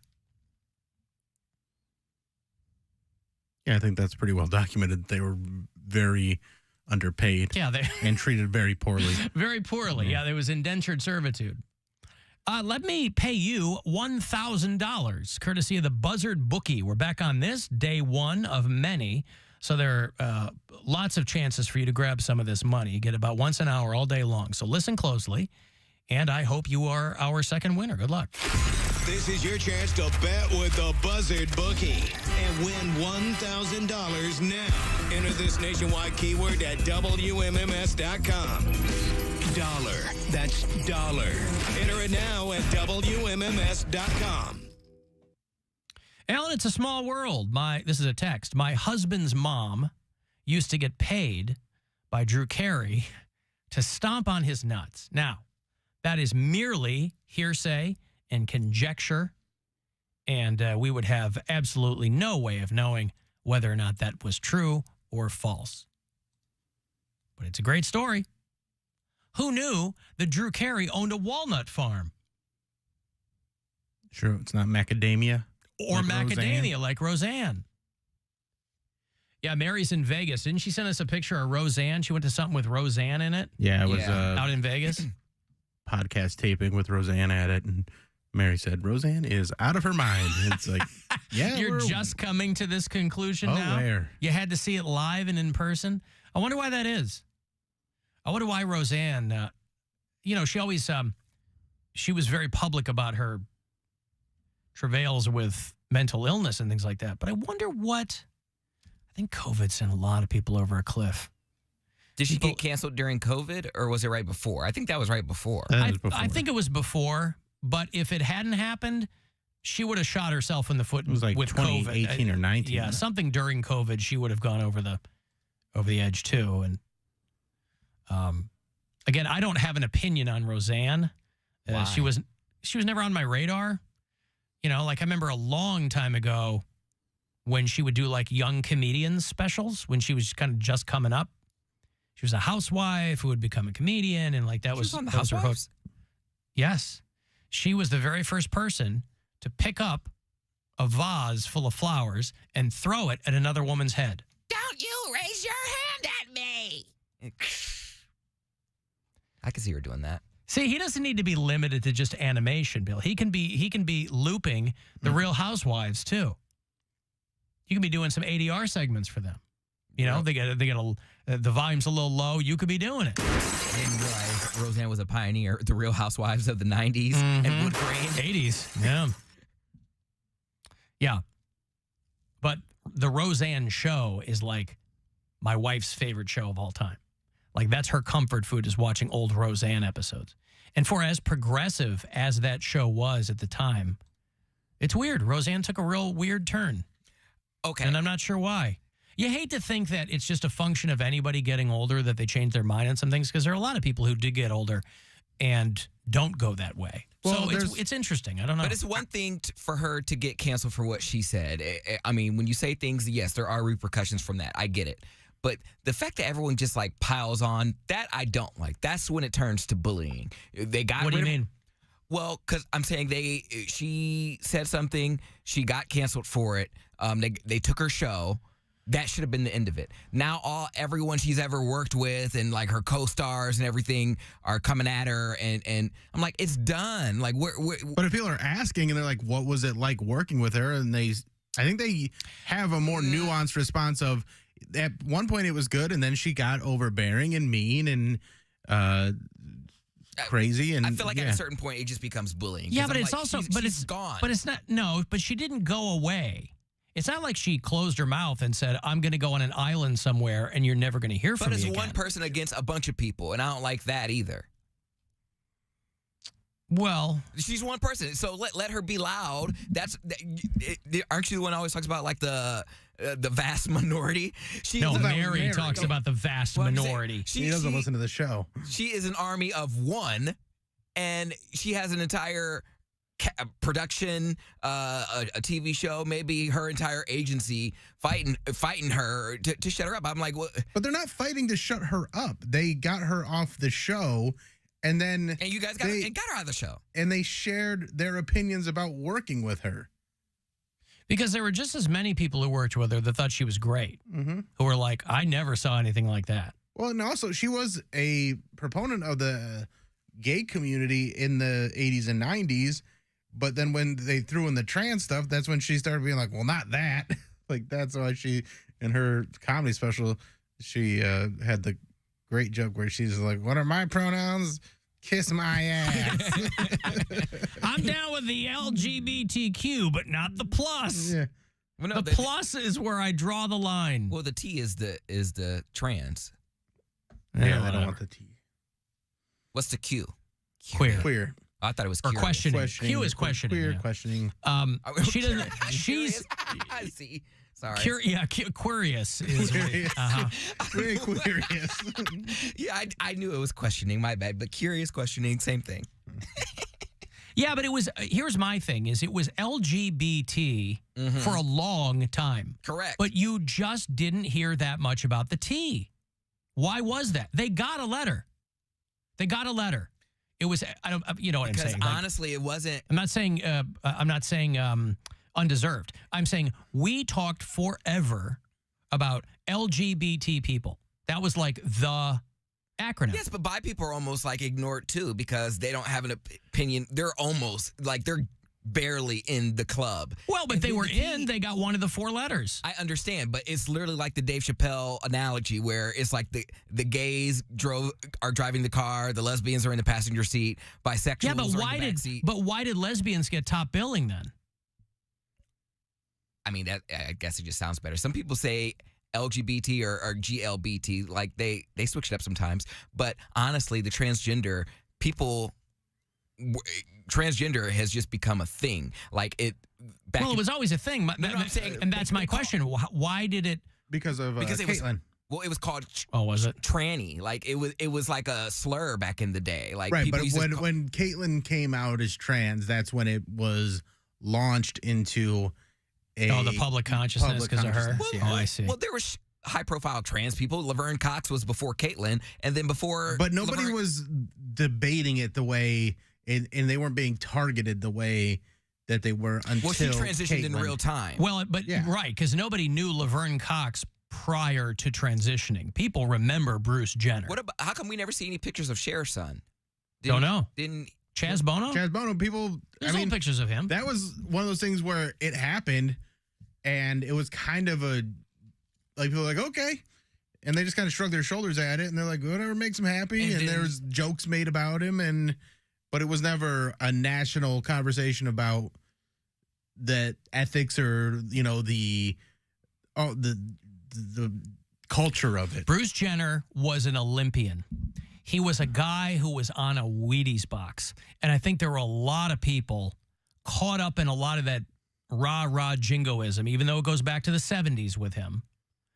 A lot of people couldn't get their heads around that. And I think that's what made it such a big deal. One of the women on The Golden Bachelor looks exactly like Caitlyn Jenner, and I cannot get my head around it. Every time they show her on screen, I'm like, I can only see, she looks exactly I'm sure like she Caitlyn hates Jenner. that now. Does she sound like him? Well, I don't know that it's anything anybody's talking about. It's just when I watch it, I go, oh my God, that I just see Caitlyn Jenner. She probably got picked because of that. Well, I don't know about that, but I'm just saying, that's what I see when it. But yeah, back in the day, it was almost like a slur, and they did include it, but it just there was other letters that it wasn't their fight at that time. They were like, transgender is so hard to explain at this point. We're just trying to get gays in the door, and then once we handle the gay thing, then we can fight for the rest. And I think that's what it was. Everything had their time. It was too hard. It's still kind of hard to understand pronouns and stuff like that now. Gay, people can understand gay. The pronoun thing is wild, how much that is brought up when in your day-to-day life, how often has anybody ever been, talking to you about it? Like, Poundcake, you're in the community. How often do you run into someone that goes, please use they, them pronouns with me? It depends on where I am. If I'm at in your day-to-day life. No, not in my day-to-day life, but if I go to Studio West 117th or like Twist or something or Gay Dodgeball, then and that's what I'm saying. Like but people are acting like it is. Yeah, most people are not going to Gay Dodgeball is the point. The people who are screaming the loudest about it are not interacting with these people at all. That's right. Yeah, but the thing. Whatever. I'll leave it alone. No, I want to hear what you have to say about it. Well, it's because it's not... Shut up. Man, you walked into that one.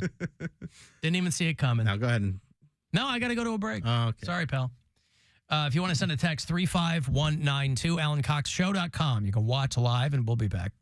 It's the Alan Cox Show on 100.7 WMMS. And everywhere you go.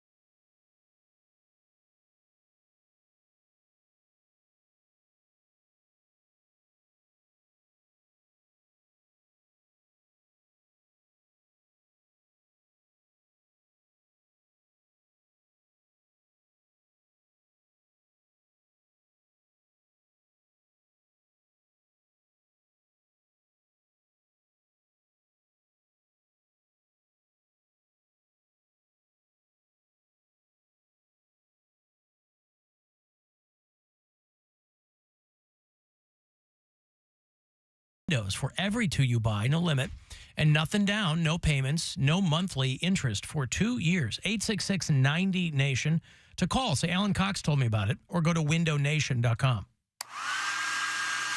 I feel like I'm constantly cleaning hair off my bathroom floor. At least my Swiffer Sweeper makes it easy.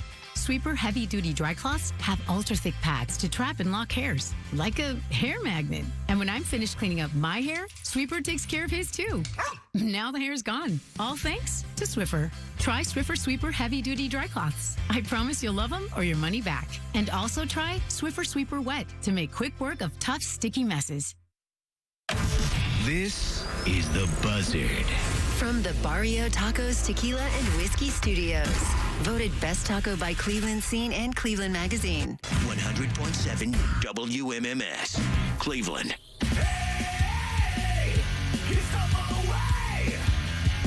All right, Static X and Seven Dust have announced they're going out on a co-headlining run that will bring them to the Agora in February.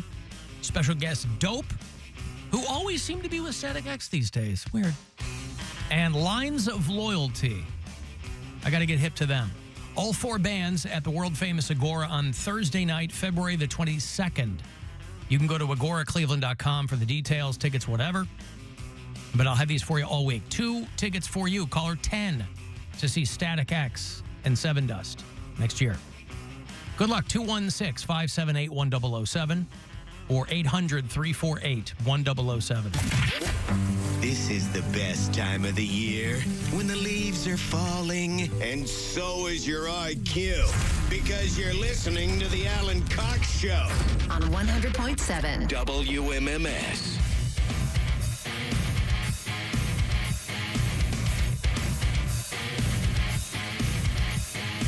$35192. Want to send me a text?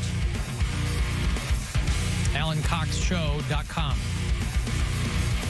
for all the other stuff. Who's helping out today? Oh, Gully Flitzowick.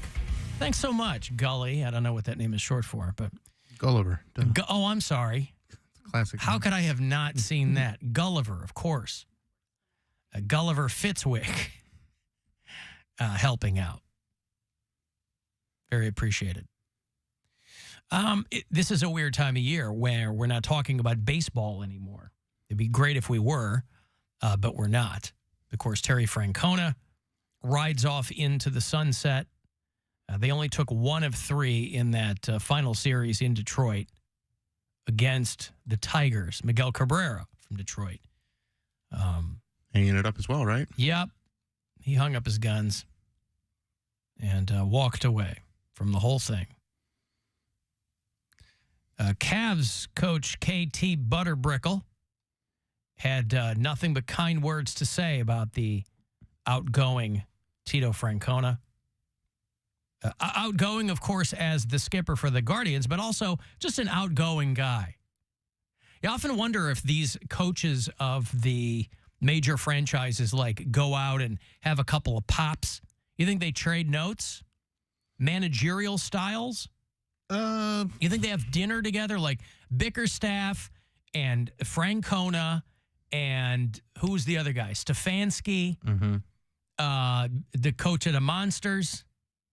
These guys all get out there. You think they all go have dinner? I don't think they're including the Monsters guy. Why? It's minor league. It's our 4th major team. It's still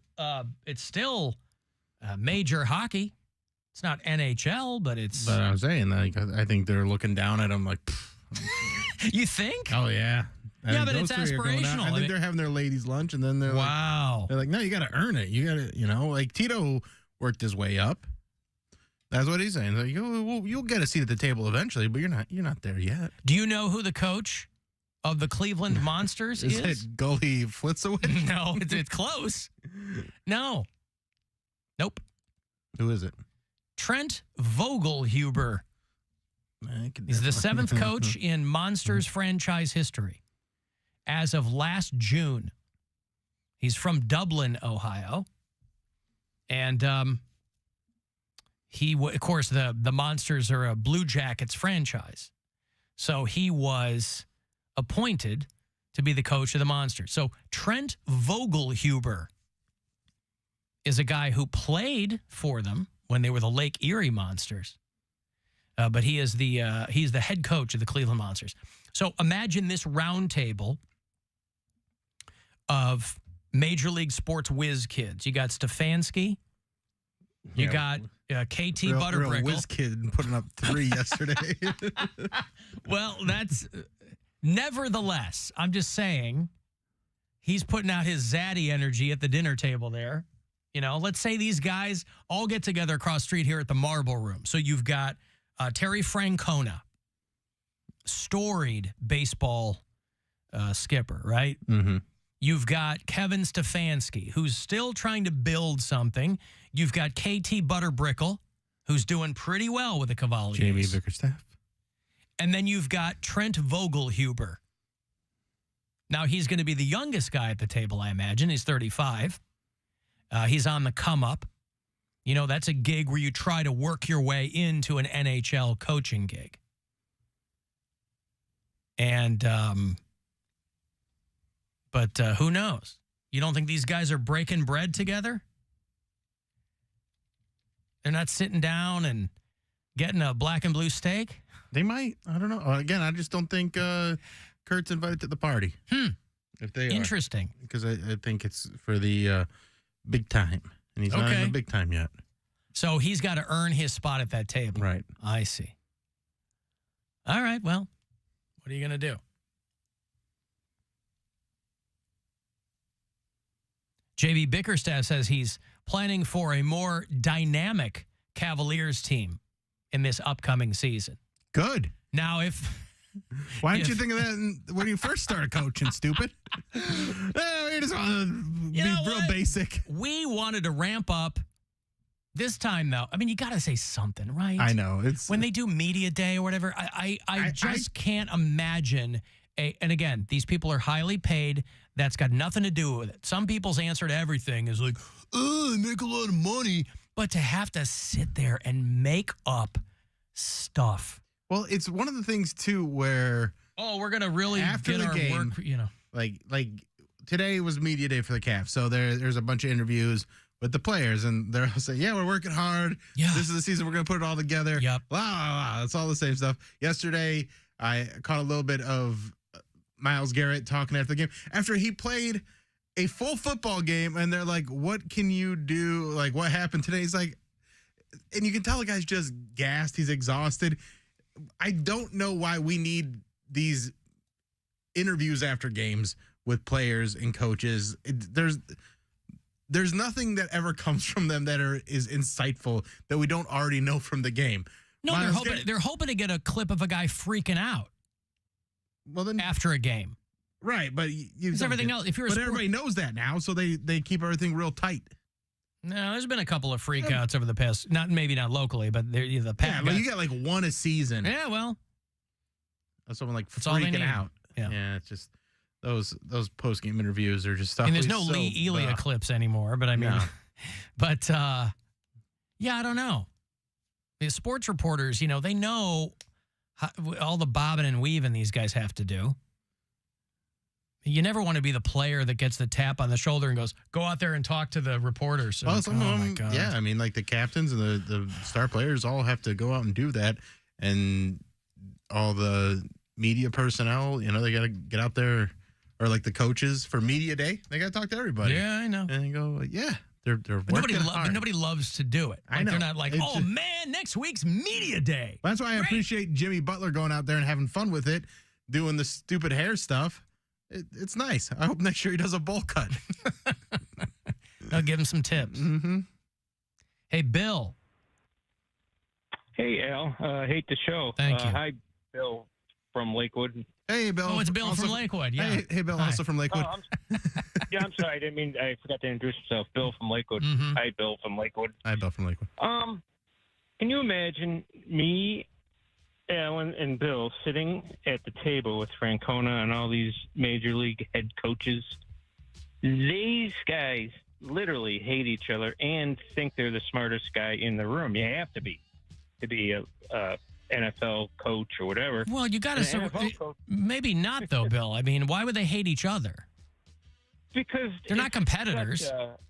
It's such a egotistical, like, Stefanski. No one tells me I run my own plays. Bill knows that. How bad he coached yesterday. You can't tell him that. But I would tell him. Funniest I would tell him. Yeah, but I think these guys, I mean, I would hope, maybe it's naive, but I would hope that, I mean, there's a lot of people on a staff for a team. I would hope that you would surround yourself with good people, and I don't know. Yeah, but I'm telling you, sports is such a multi-billion-dollar industry, and you're in charge of the whole thing, so very egotistical. But my favorite head coach was, funny you mentioned this, the Blue Jackets hockey coach, NFL and HL. He only lasted 2 months recently. Do you know why? Oh, yeah, I remember that. He resigned because, I don't remember what it was. Yeah, he was going through the players' phones. Oh, that's right. Oh, Mike Babcock. Yeah. He was.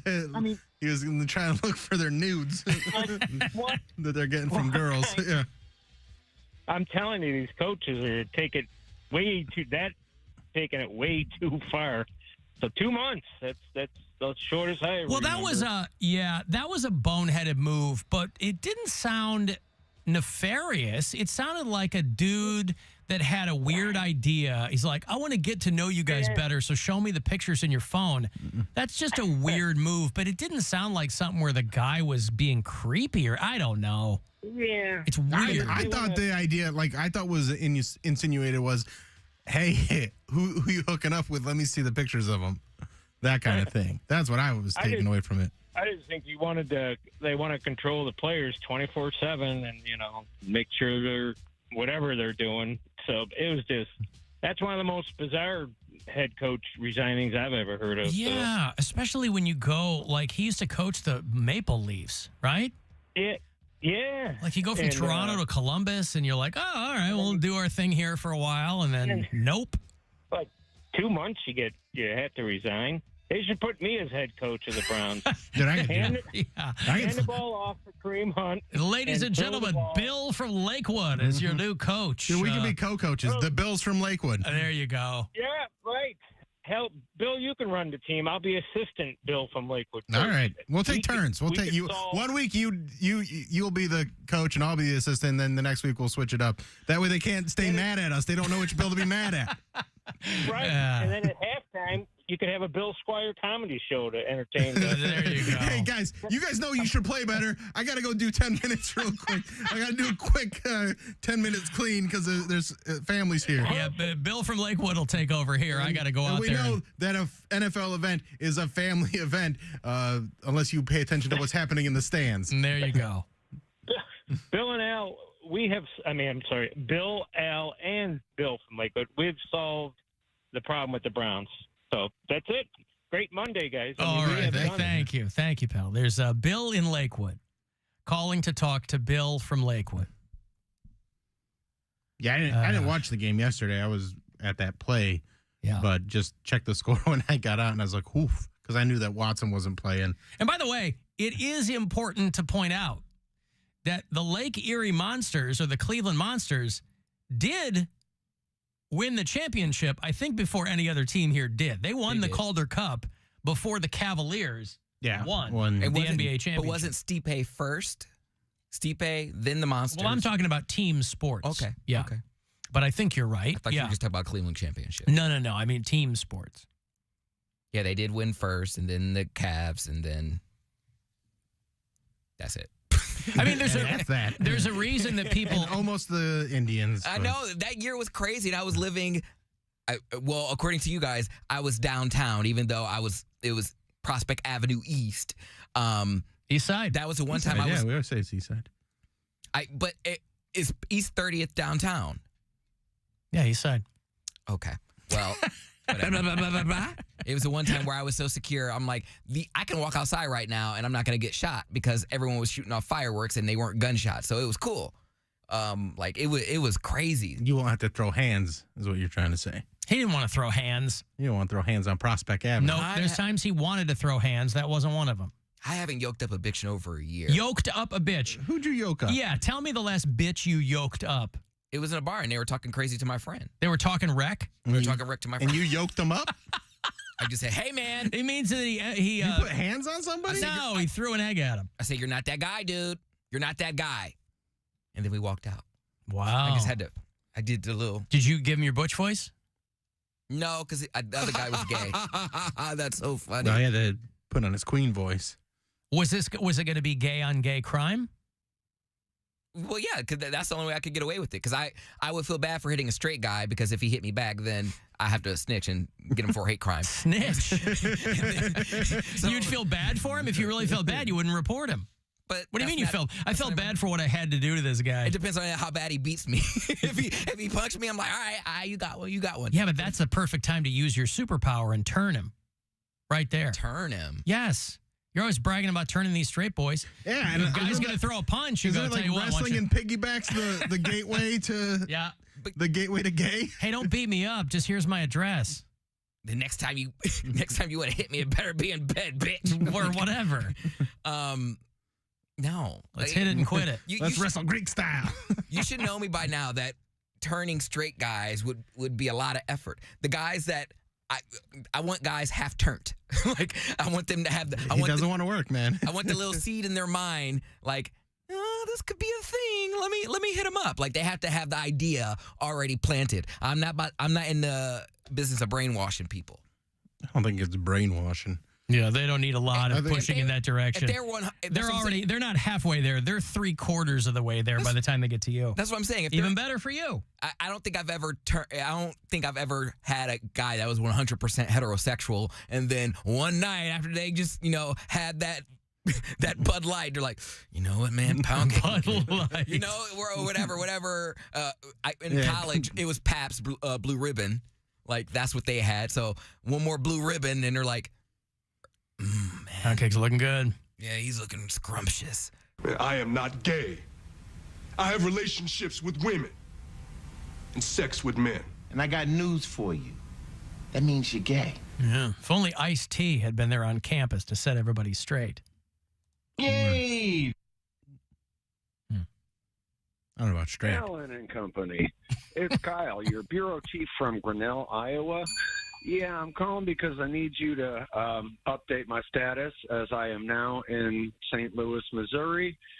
So if I could get some stickers, that would be really cool because your other ones washed off of my car in the Iowa weather. But I am now in St. Louis, Missouri. I hate the show. Later. Well, how about that? I love when people update me on their moves.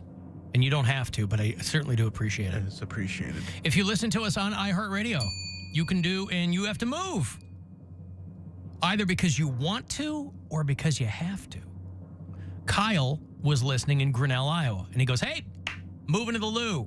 Send me some stickers, and I'm happy to do that. You can always email me for that stuff. Just alan@alancoxshow.com. Very simple. I'm always sending stickers out to people. But there's Kyle. Although, if you do move, I'm nosy. I always like a couple of details, too. We go, hey, I got kicked out of Grinnell, Iowa. I mean, that's a college town, so maybe he's just moving on. And St. Louis is a fine community. Gets slagged a lot because there's crime, because it's in Missouri. But I like St. Louis. I've got some food news here for you. Specifically out of Oklahoma City, where they determined that a python was loose in a mobile home park. And that is why all of their cats were missing. Can you give me camera 6? Yes, sir. More tonight on the problematic python slithering. Not working? No. What? It was. I thought it was working earlier. I can do it over here. Wait. No, it's not going to work if you drag it over. Oh, yeah? The delay. Well, I'll play the audio. Yeah, this is from a KFOR in Oklahoma City. In a South OKC mobile home park. It's actually 13 feet long and has been there since June eating cats. A snake was captured on camera in Burntwood last week. It was 6 feet long in June. Now it's 13 feet long. Jesus. The park, located right next to Bryant Elementary I wanted School. to show it to you because there's a picture of the python, too, up against this fence, and it just looks positively terrifying. When you said the python was going after cats, I immediately thought, I'm like, it's not eating them. Maybe it's just cold. You know why? Why? Because it's bald.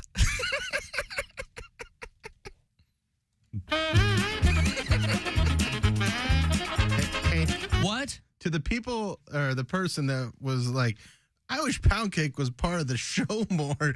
He's too busy answering phones to talk enough. There you go. There's Poundcake. Your wish is my mild suggestion. The snake is cold because it's bald. Now it's 13 feet long. The park, located right next to Bryant Elementary School. No gates stopping it from slithering over there. I spoke with Trevor of Redbeard Wildlife, hired to get that snake out. Trevor says it's been surviving under one of the homes.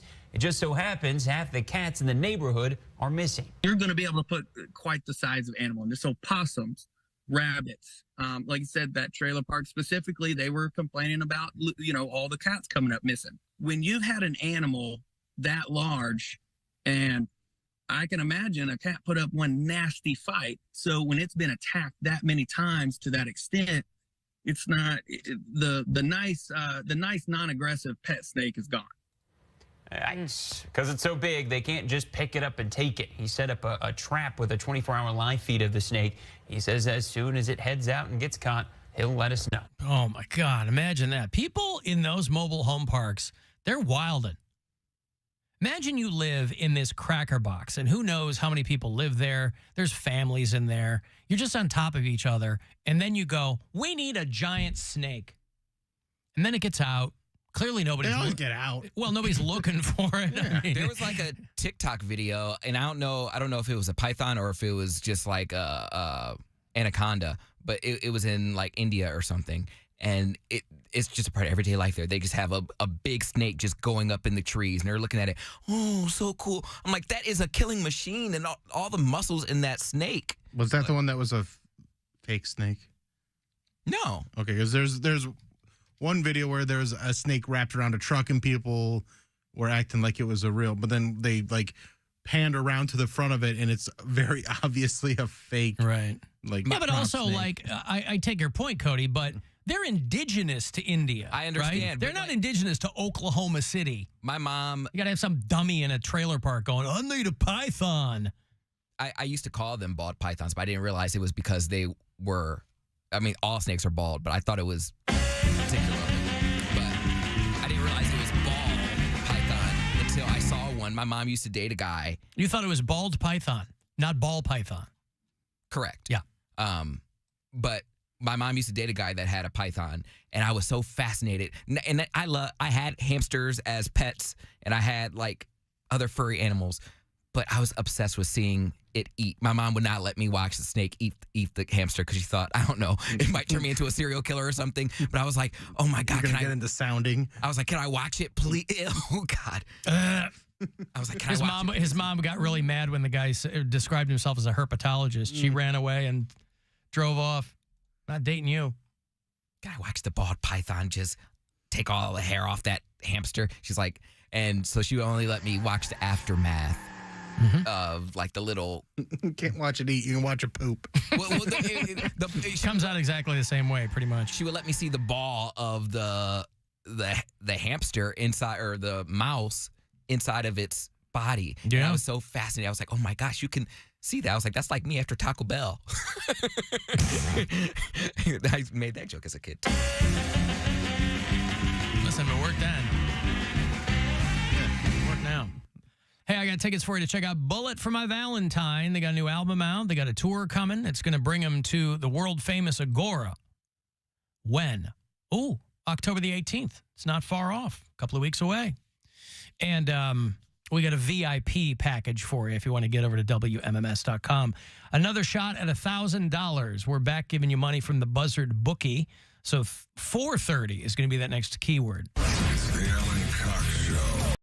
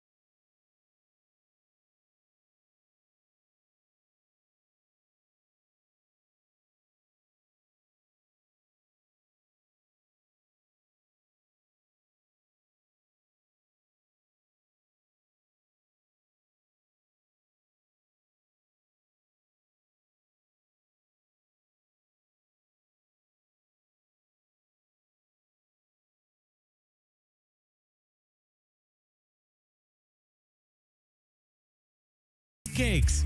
It's goodness fresh off the griddle with roasted apples, caramel, and all the sweet flavors of fall.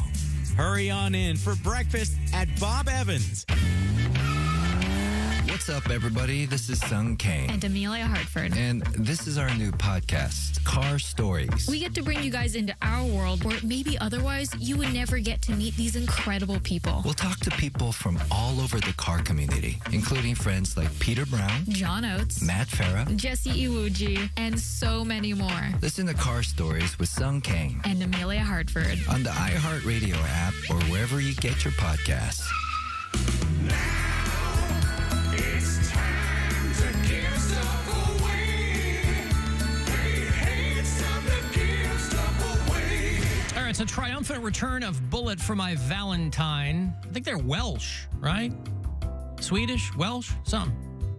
They're coming with special guest Of Mice and Men and Vended.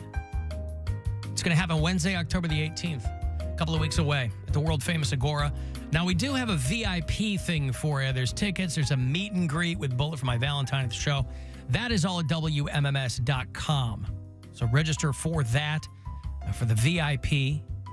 All the other info is there for you as well, or agoracleveland.com. Wednesday the 18th, Bullet for My Valentine. 2 tickets for you. Caller 10. Good luck.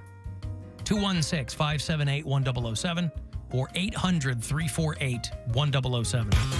If he sounds super excited to see you, hey, what's up? Remember, he is a paid performer. As a broadcaster, he's real good. Alan Cox on 100.7 WMMS.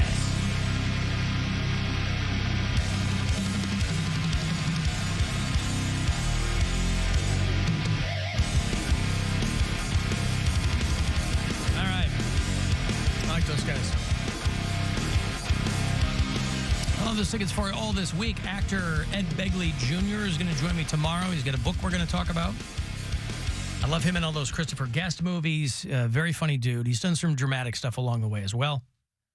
Wasn't he on St. Elsewhere 100 years ago? For those of you old enough to remember that show. Early Howie Mandel. Of course, his father, Ed Begley Sr., was in a classic movie called 12 Angry Men. Great film. Yeah, I watched that on the way back from Vegas on the plane. What are they so mad about? You know what? It was hard to tell, except they were hot and they were sequestered. They were a jury. And they were really trying to figure out if this dude had done what he was accused of doing. Right, and it seemed like an open and shut case. Mm-hmm. I like the version of that where it was Pauly Shore just trying to milk being on jury duty. I believe that movie was called One Happy Guy and 11 Angry People. That's exactly what it was called. Who was the female lead in Jury Duty? Oof. With Pauly Shore. Have you seen that Pauly Shore is trying to play Richard Simmons? Yes. Yeah, I love like it. he met with Richard Simmons, who hasn't been seen in public in years. Pauly Shore, Tia Carrere, remember her from Wayne's World? She was the female lead in Jury Duty. That's right. Also starred the great Stanley Tucci in Jury cast. Duty. Brian Doyle Murray, he's fantastic. There you go. Abe Vigoda. The Fish. He was the judge. Judge Fish. Yeah. Well, Judge Powell, but he was known as the Fish. Right. Well, listen, we haven't had Pauly Shore on this program in a long time, but I would like very much to see him play Richard Simmons.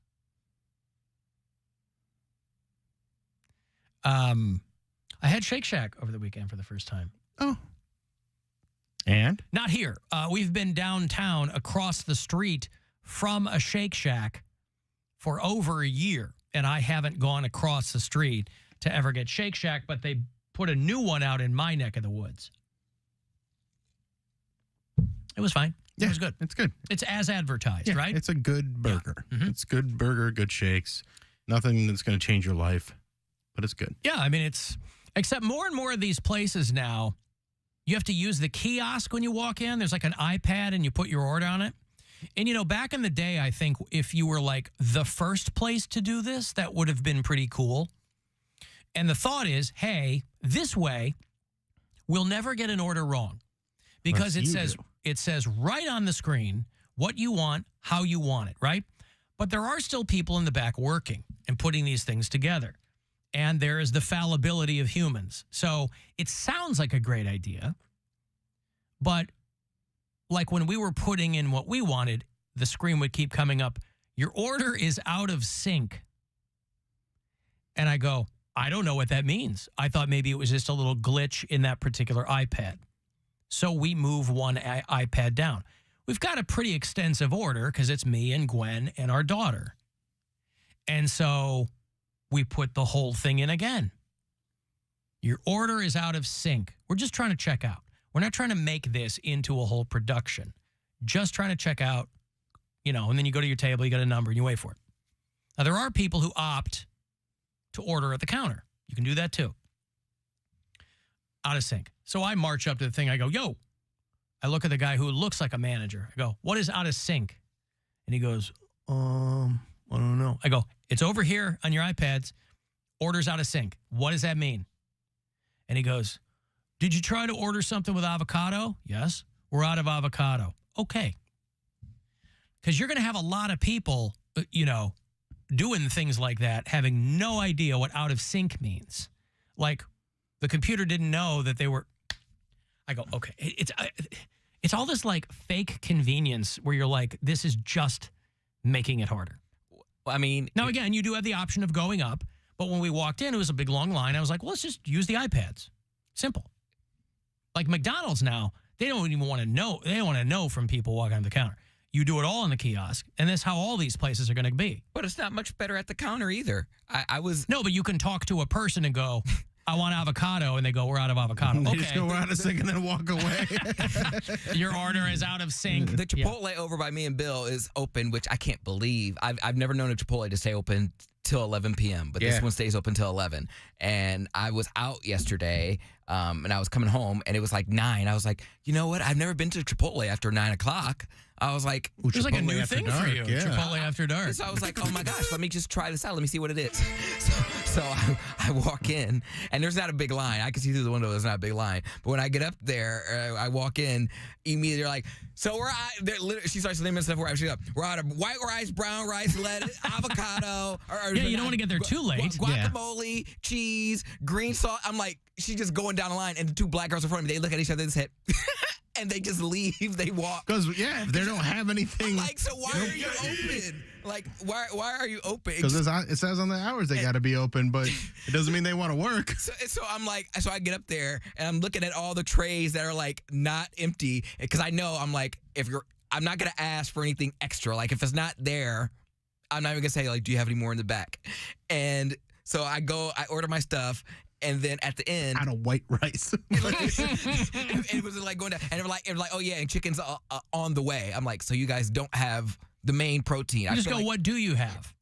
What do you have? Well, that's essentially what I did. I'll cobble together something. Whatever was in front of me, that's what I took. And then at the end, they're like, I was like, you guys have vinaigrettes? You guys never have vinaigrettes.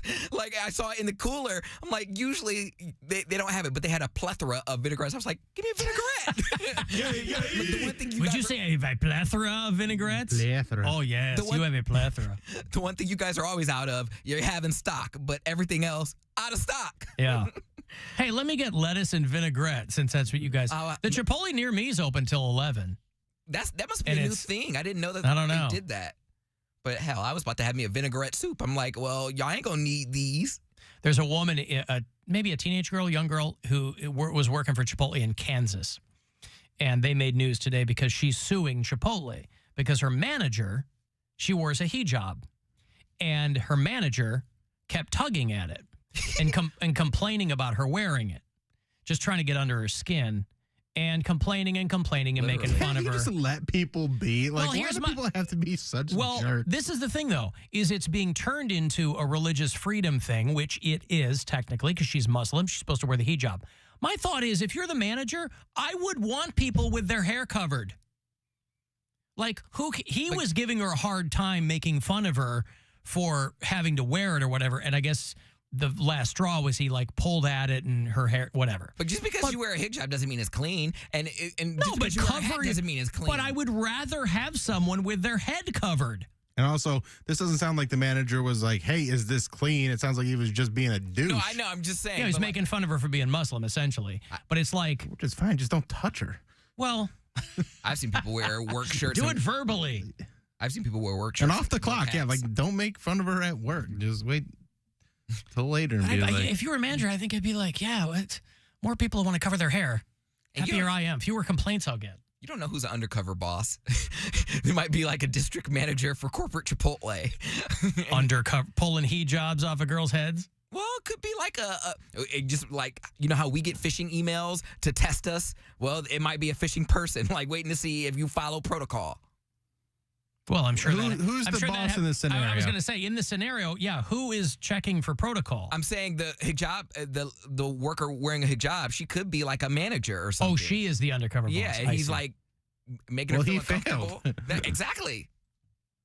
Well, no, she didn't just show up one day. She was one of his employees, and he was giving her a hard time. And then part of the complaint was that he clearly cut back my hours because I had complained or asked him to stop, blah, blah, blah. That's hella illegal. So she's suing Chipotle. So we go to the Shake Shack after my daughter's school bash. Like, they have this fall ice cream social thing every year. And it's fine. There's like, people jumping around and you can get cotton candy. It's fine. It's an elementary school party. So it's mostly the parents shooting the crap and the kids are running around. But the DJ there, who is a guy they've had a couple years in a row, and I didn't get his name. He does fine work. But the dude is playing like You Shook Me All Night. Anyway, it was scraggly. Yeah. Well, that works too, yeah. It just made me laugh when the dude whipped this out. I was like, oh, what a great song for an elementary school bash. Let me give you money here. We're at first day back with the Buzzard bookie, so I'm forgetting. My apologies that I have this money to give to you here. So good luck. It's $1,000 from the Buzzard bookie. I hope you win. This is your chance to bet with the Buzzard bookie and win $1,000 now. Enter this nationwide keyword at WMMS.com. Grand. That's grand. Enter it now at WMMS.com.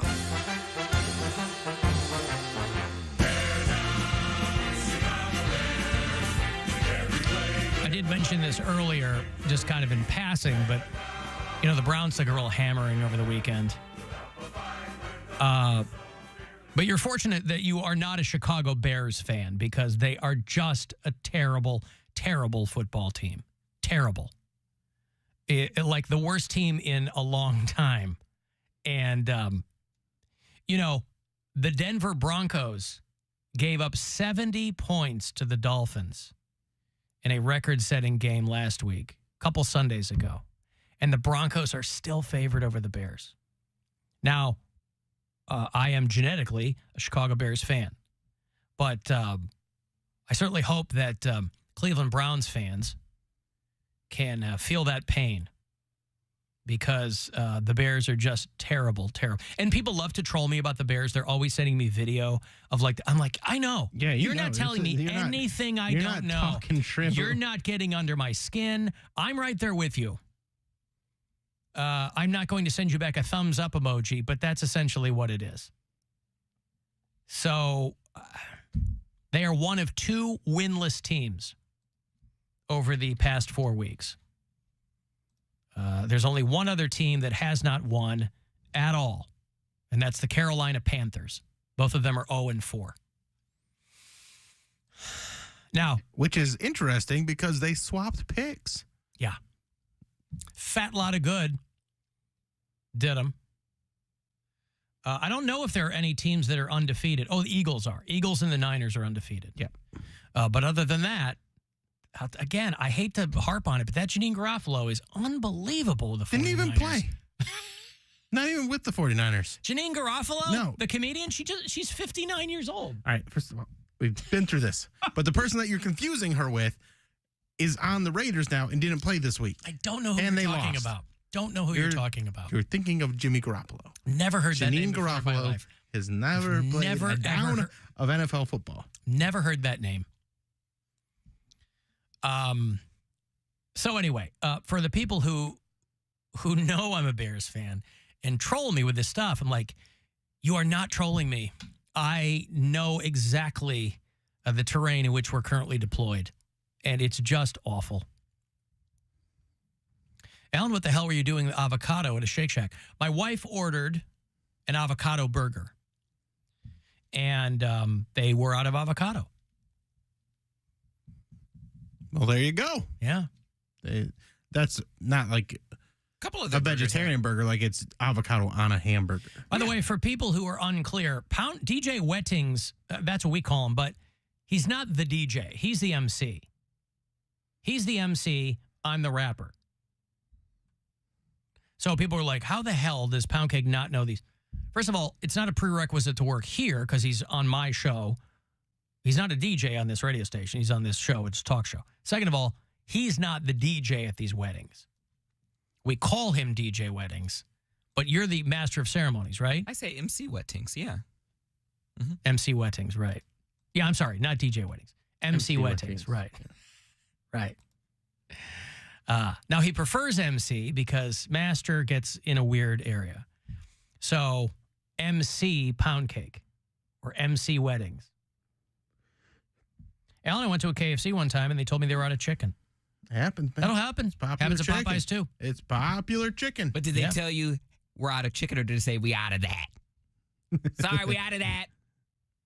Well, but does KFC still do like ham sandwiches? And they still do that? I don't know. I haven't been to KFC in I haven't either. year. Dude, the one those- closest to me shut down like a year ago. Those dinner bowls are jumping. I'll take your word for it. They slap. It's Isn't it just like potatoes and corn? mashed potatoes, gravy, corn. It's your worst nightmare. Chicken Oh, bites. God. I'm just... And it's very The buttery. hairs on the back of my neck are standing up. Bruh, it slaps. It's so good. It's so good. It's huge. Slaps. How dare you? That's the sound it makes when you, after you eat it, it slaps right through the water to the Yeah. bottom of your toilet bowl. There it is, slapping against the Yeah. surface. Whatever. Slap, man. plop, whatever you want to call it. God. You're missing out. Uh-huh. You're missing out. Slap, slap, slapping sounds. I could not have mashed potatoes without I gravy. guarantee I am not missing out. I certainly don't feel like I'm missing out. Well, it's not for you. Thank God. It's for America. It's for everyone. I'm going to break here. If you want to get your mitts on those Chelsea Handler tickets, I'll have those a little bit for you later on. She is coming through to do Playhouse Square, I believe. Chelsea Handler at the KeyBank State Theater on the 20th of this month. A couple of Fridays away. So if you're a Chelsea Handler fan, we'll hook those up later. 35192. Want to text me for anything, and we'll be back. It's the Alan Cox Show on 100.7 WMMS and everywhere you go on our free iHeartRadio app. A bit of advice this football season. Always bet on Buzzard. The Buzzard Bookie is back.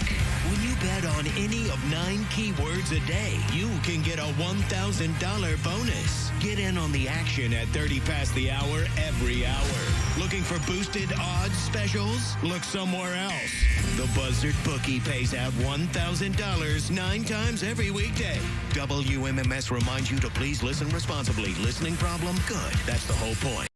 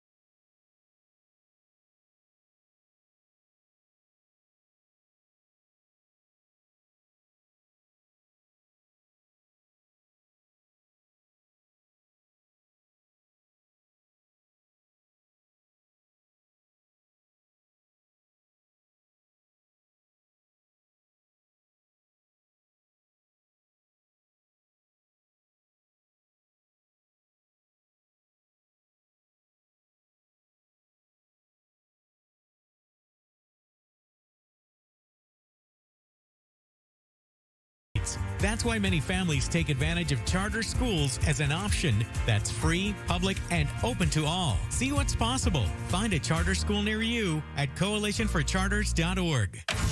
This is The Buzzard. From the Barrio Tacos, Tequila, and Whiskey Studios. Voted Best Taco by Cleveland Scene and Cleveland Magazine. The Buzzard. The home of the Buzzard. This is 100.7 WMMS. Cleveland. Call the Alan Cox Show. I'm sure it'll work for people on vacation when they don't have to do something, but I can't imagine it working on a day-to-day basis. 216-578-1007 or 1-800-348-1007. Yes, I heard when you die after burial, you have to come back as an insect or animal. Yes, I heard when you die after burial, you have to come back as an insect or animal. Well, if this so, I don't want to be a monkey, either a goat, a sheep, or donkey. My brother said he wants to come back a hog, but not wrongy. I want to be a bed bug just because I'm going to bite them young ladies' bumper, or like a hot dog or a hamburger. And if you know you're 10, don't be in a fright. It's only You know, the Summer Olympics are not far off. For people who pay attention to that stuff, Summer Olympics are, as the name implies, next summer. 2024 Olympics are set to happen in Paris, and Paris is having a massive bedbug infestation. And they're trying to figure out how they're going to mitigate this. It might seem like that's a long way off next summer, but it's not really. Paris is being overrun with bedbugs. The Summer Games were supposed to be in Japan back in 2020, but obviously the pandemic put all that stuff on hold. So they haven't had a Summer Olympic Games since 2016, I don't think. And so they're trying to figure out how, you know, you're going to have hundreds of thousands of people theoretically coming to your city. With all due respect, Paris is already not a city that's squeaky clean, if you've ever been. You know, my wife and I got engaged in Paris accidentally. I didn't go there with the express notion of doing that, but that's how it turned out. Back in 2012 is when we went to Paris for Christmas. And so we've mentioned to our daughter that at some point we'd like to take her over there. And I guess she had seen something on television about the bedbugs.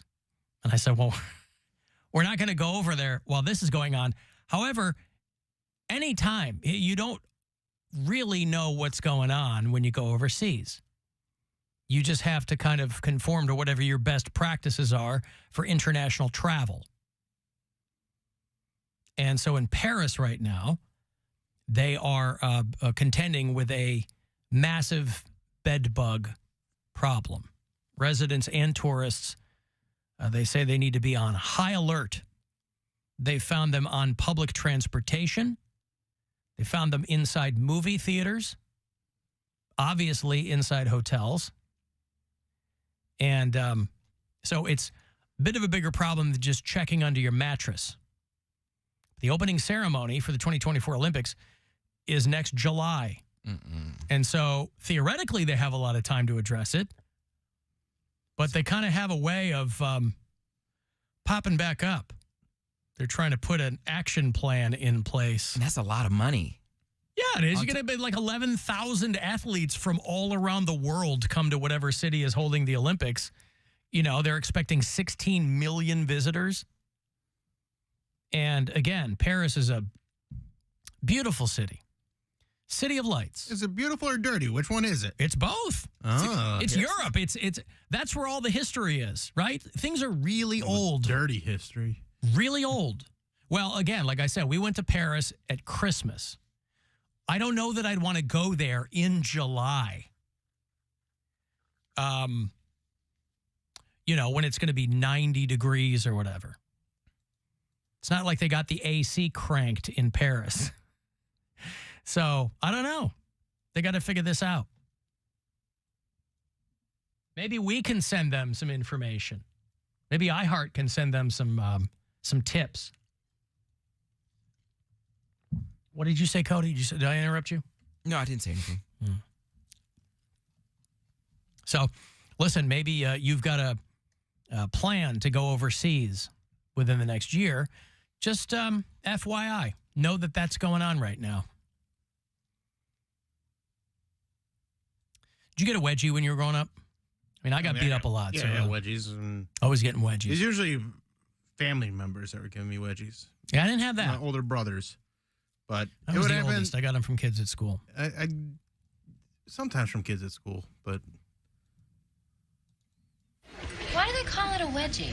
Because the underwear is pulled up from the back until it wedges in. They also have an atomic wedgie. Now, the goal there is to actually get the waistband on top of the head. Very rare. There's a woman who's suing Disney World because she got a wedgie from one of the water slides. This is a situation that I read about, and I feel like it's similar to the McDonald's situation where they try to be like, "Pooh, it's just a wedgie," where like with McDonald's when that lady got burned by a coffee and people were like making all the jokes like, "Oh, you didn't know the coffee was going to be hot," but then you saw the burns that she got and I would say it should not be that hot. It was excessively hot and gave her serious injuries. This wedgie situation is similar to that where it like knocked her organs out of place. Jesus. You know, more and more what you read about Disneyland and Disney World is that they seem to be skimping on the customer experience. Like more and more people are complaining about just what a slog it is to go to these theme parks. And I always think about the people we talk to who go on the regular. I've made my thoughts clear about grown-ups with no children who have a boner for Disneyland. I think it's weird. You do you, but I think it's unequivocally weird. But it's also not cheap. You know, there's people who save up for a long time so they can take their family to Disney World or Disneyland. And if you spend all that money and that time and you just have like a bad time, that would really suck. This woman, this was supposed to be her big dirty 30. Emma McGinnis is the woman. She, her daughter, and her mom took a ride on the Humunga Cowabunga. This is in Orlando. This is Walt Disney World Resort. I've been to that one. You've been to Humunga Cowabunga? Oh, I don't know. I've seen a video where a mother and daughter ride a Humunga Cowabunga. That didn't have a Disney logo in it. That's not Disney approved. No.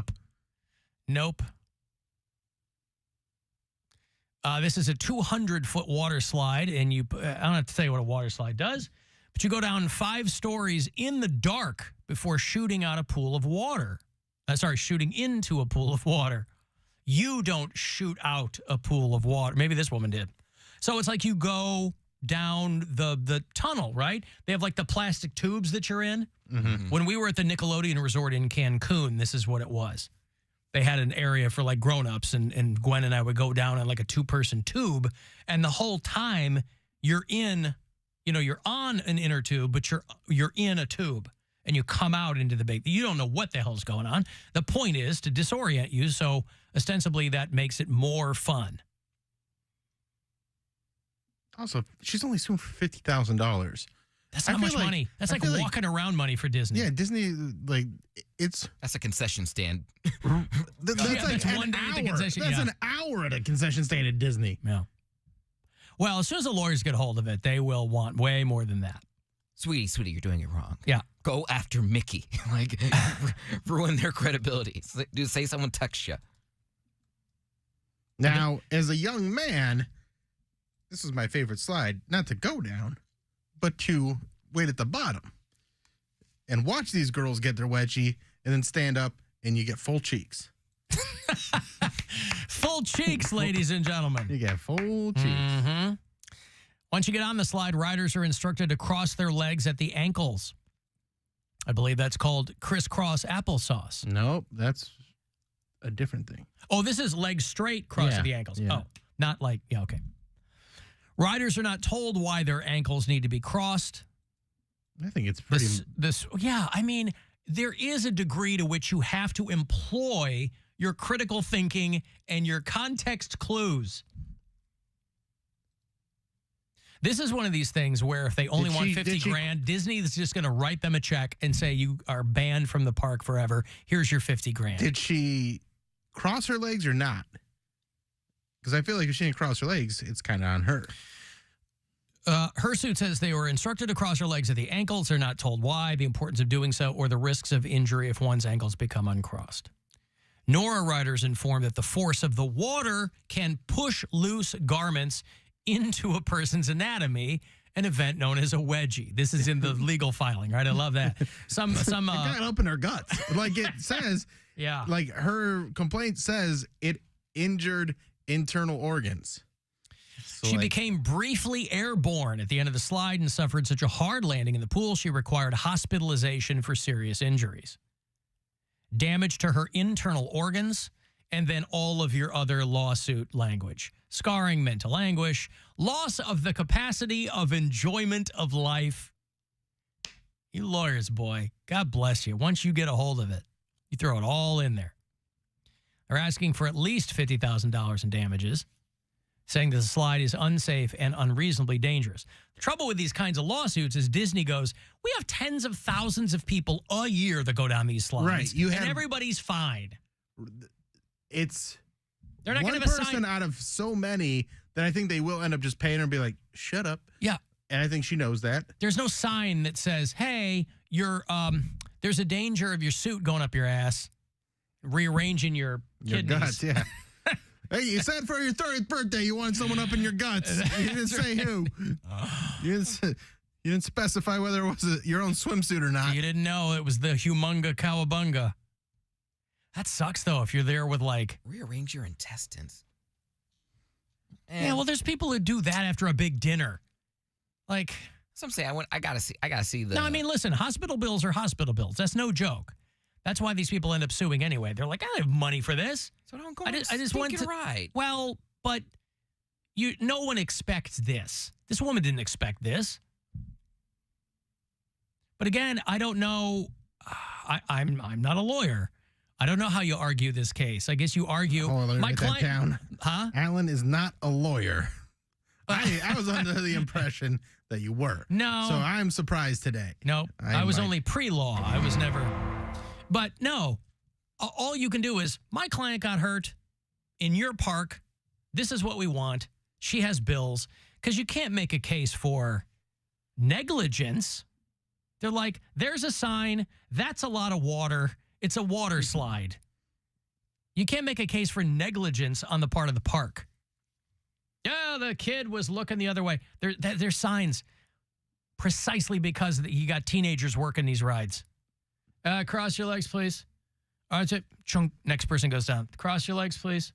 Chunk. These kids, they're on their phone. Cross your legs, please. That's why there's signs everywhere. They're like, you didn't read the sign. Well, there was no sign that said that my underwear could go up my my suit could rearrange my internal organs. Yeah, man, we don't print a sign that says your suit might rearrange your internal organs. You got us. I don't know, it's wild. But it sure doesn't sound fun. Also, maybe she should be talking to the person that made her swimsuit. Yeah. Why are you wearing such a baggy-ass swimsuit? Or go down bottomless. Take them off and then just say that that's an enema right there. The old water slide enema. You don't want that. Hey, Jake. Hey, good afternoon. So I heard you with your commentary about, grown adults who are just enamored with Disney. And I have a personal experience. My significant other, her sister, late 40s, her children are all grown. She'll go to Disney, and she lives in Columbus. She'll go to Disney a couple times a month.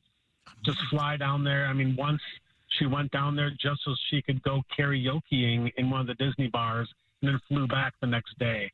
Obviously, you have to have some disposable cash to be able to do that, but just how into Disney they are. Did someone pass away in her family? Like, is she a widow or something? Yeah, my significant other and her sister did inherit some money from their dad. Good point, Poundcake. But I would like to add, I did have the privilege of going to Disney with this sister and her boyfriend, her boyfriend had like this special pass that you pay tens of thousands of dollars for called the 33 Club. And you get like ushered into the front of everything. You get into every secret restaurant and bar. And I couldn't imagine going to Disney any other way because the lines that I was witnessing were just epic, like Cedar Point times 10. And I couldn't imagine going to Disney as a member of the hoi polloi compared to the unwashed masses waiting in line. That's why Indeed. So yeah. No, I didn't know what it was called, but I was about to ask. A lot of times when you hear people doing that, it's because they've spent exorbitant amounts of money on a pass like that, and then they're like, well, I have to get my money's worth, so we have to go a lot.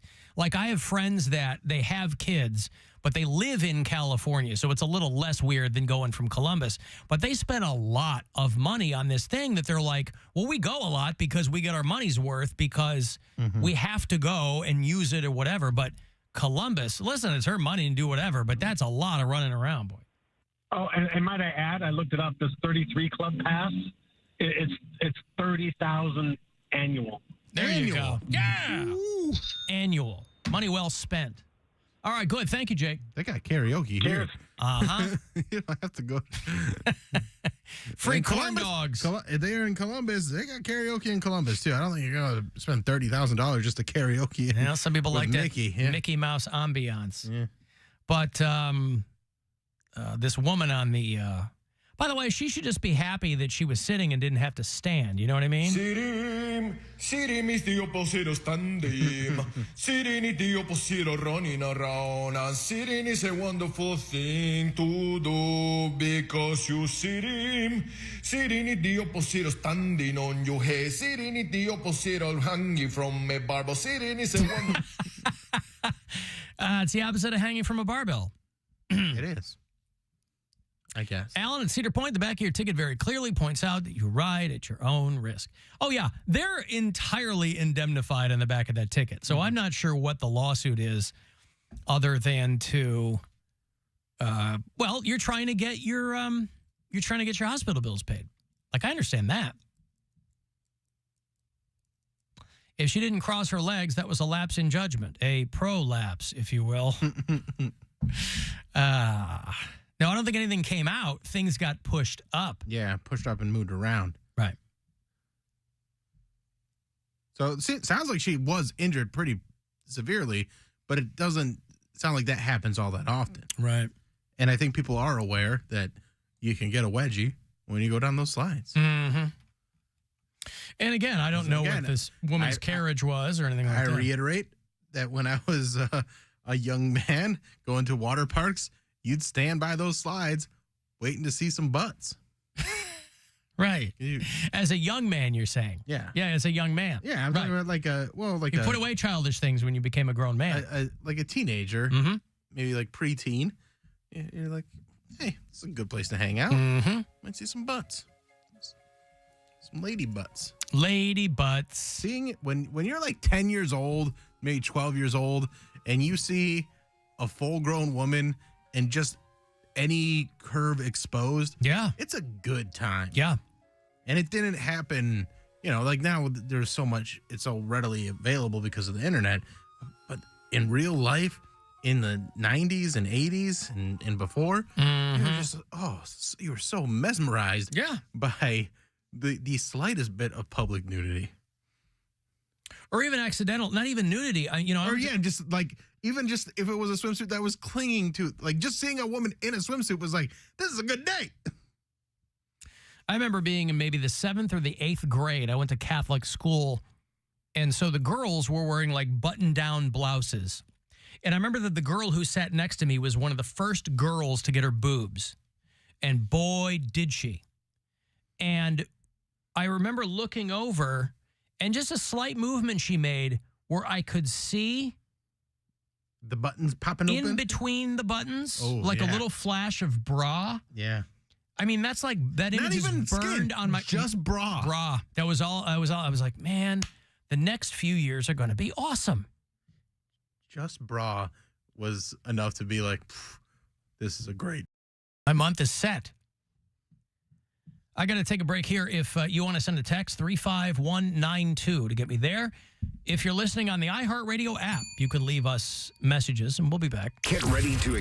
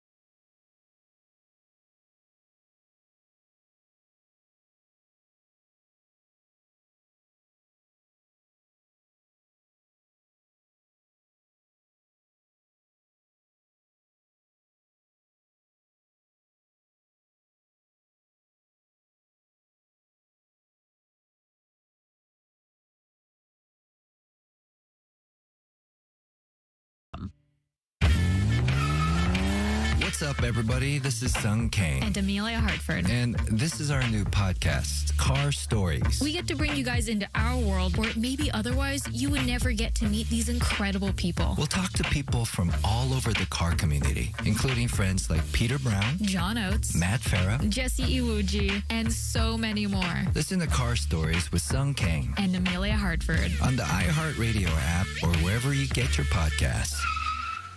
It's time to give. It's time to give stuff away. All right, Chelsea Handler is coming back to Cleveland on the Little Big Bitch Tour. And she's going to play the State Theater at Playhouse Square. End of the month, Friday the 20th. PlayhouseSquare.org. Got the tickets for you, all the info, whatever. So you want to buy them. If you want to win them, be caller 10. 2 for Chelsea Handler. Right down the street at Playhouse Square. Good luck. 216-578-1007 or 800-348-1007. When the world just seems too crazy. Gaze into the eyes of a child because you'll probably find a booger. And man, is that a hoot. The Alan Cox Show on 100.7 WMMS.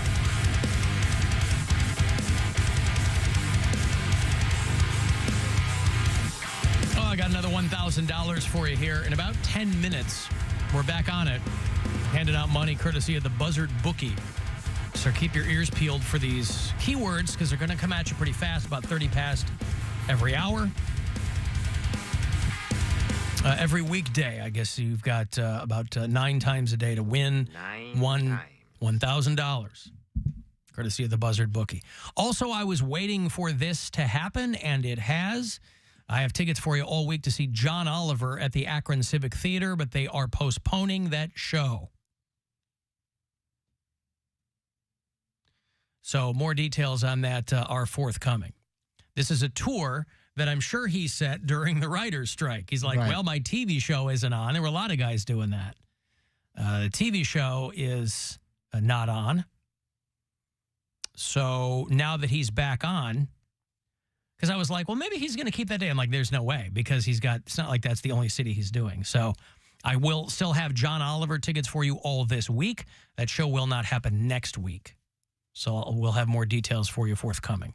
You know, a show is still happening, not next week, but in December. Oh, don't tell me. Nope, I had it, but I don't.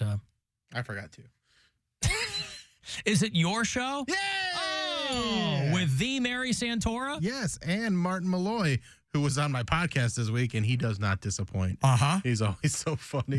He was blown away by the fact that Tommy on my podcast has an OnlyFans and that also posts naked boobs on Twitter. Yep. He didn't know you could do that, and he was... Is he a guy very who's excited active on social media, or this is he posts a little bit, but it's usually he's not real great at it. Right. But he was excited to hear about boobs, so right. It's a fun episode. But yeah, the Agora, December 22nd. Why doesn't he have an OnlyFans? I don't think so. I don't think it's a thing he's thought about, but yeah, I can pose that question to him. Well, because he could do one of those cooking channels. Mm-hmm. You know, OnlyFans has become synonymous with sex, but people who don't do sex on OnlyFans love to tell you there's other things on OnlyFans. But you'll notice OnlyFans has had ample opportunity to rebrand themselves as something that's not just sex. And they haven't done that. Well, they tried last year, remember? They didn't really try. They were going to try. They were ramping their up to toe try, in the pool. And then it was like, nope. And they're like, okay, we'll stick with what we know. There's that teacher in Missouri who just got outed for OnlyFans, and so she lost her job. And she's like, I knew this was going to happen. I was waiting for it to happen. You know, because by the time you've got an OnlyFans up and running and you're making some money, you're not crying because you lost your teaching job. What sucks is we're in no position in this country to be losing good teachers. Teachers who are liked, teachers who are competent, teachers who enjoy what they do. They're doing OnlyFans because they're criminally underpaid in a lot of situations. And so, I mean, listen, old habits die hard. There's not a school district around that's going to go, all right, well, you can keep it. Because then you just become a distraction.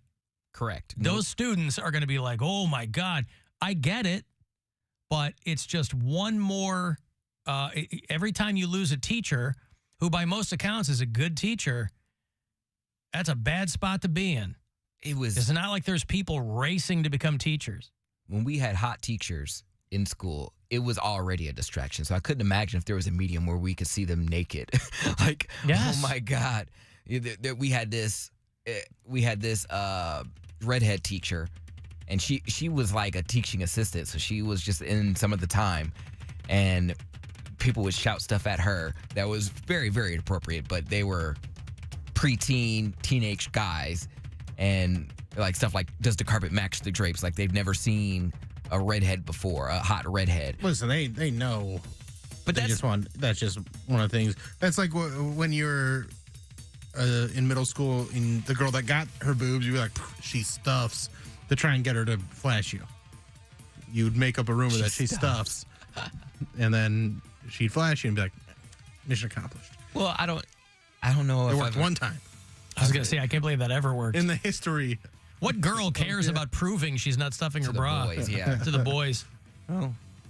High school One teacher girl did. in Missouri, 28-year-old Brianna Coppage, who's an English teacher at St. Clair High School. I guess she was running a Twitter account for a while that was like Brianna XXX or something. It was mostly reposting other people's sex videos. But district officials found out that she had an OnlyFans account. She said, I was just waiting for this day. It was a cloud hanging over my head.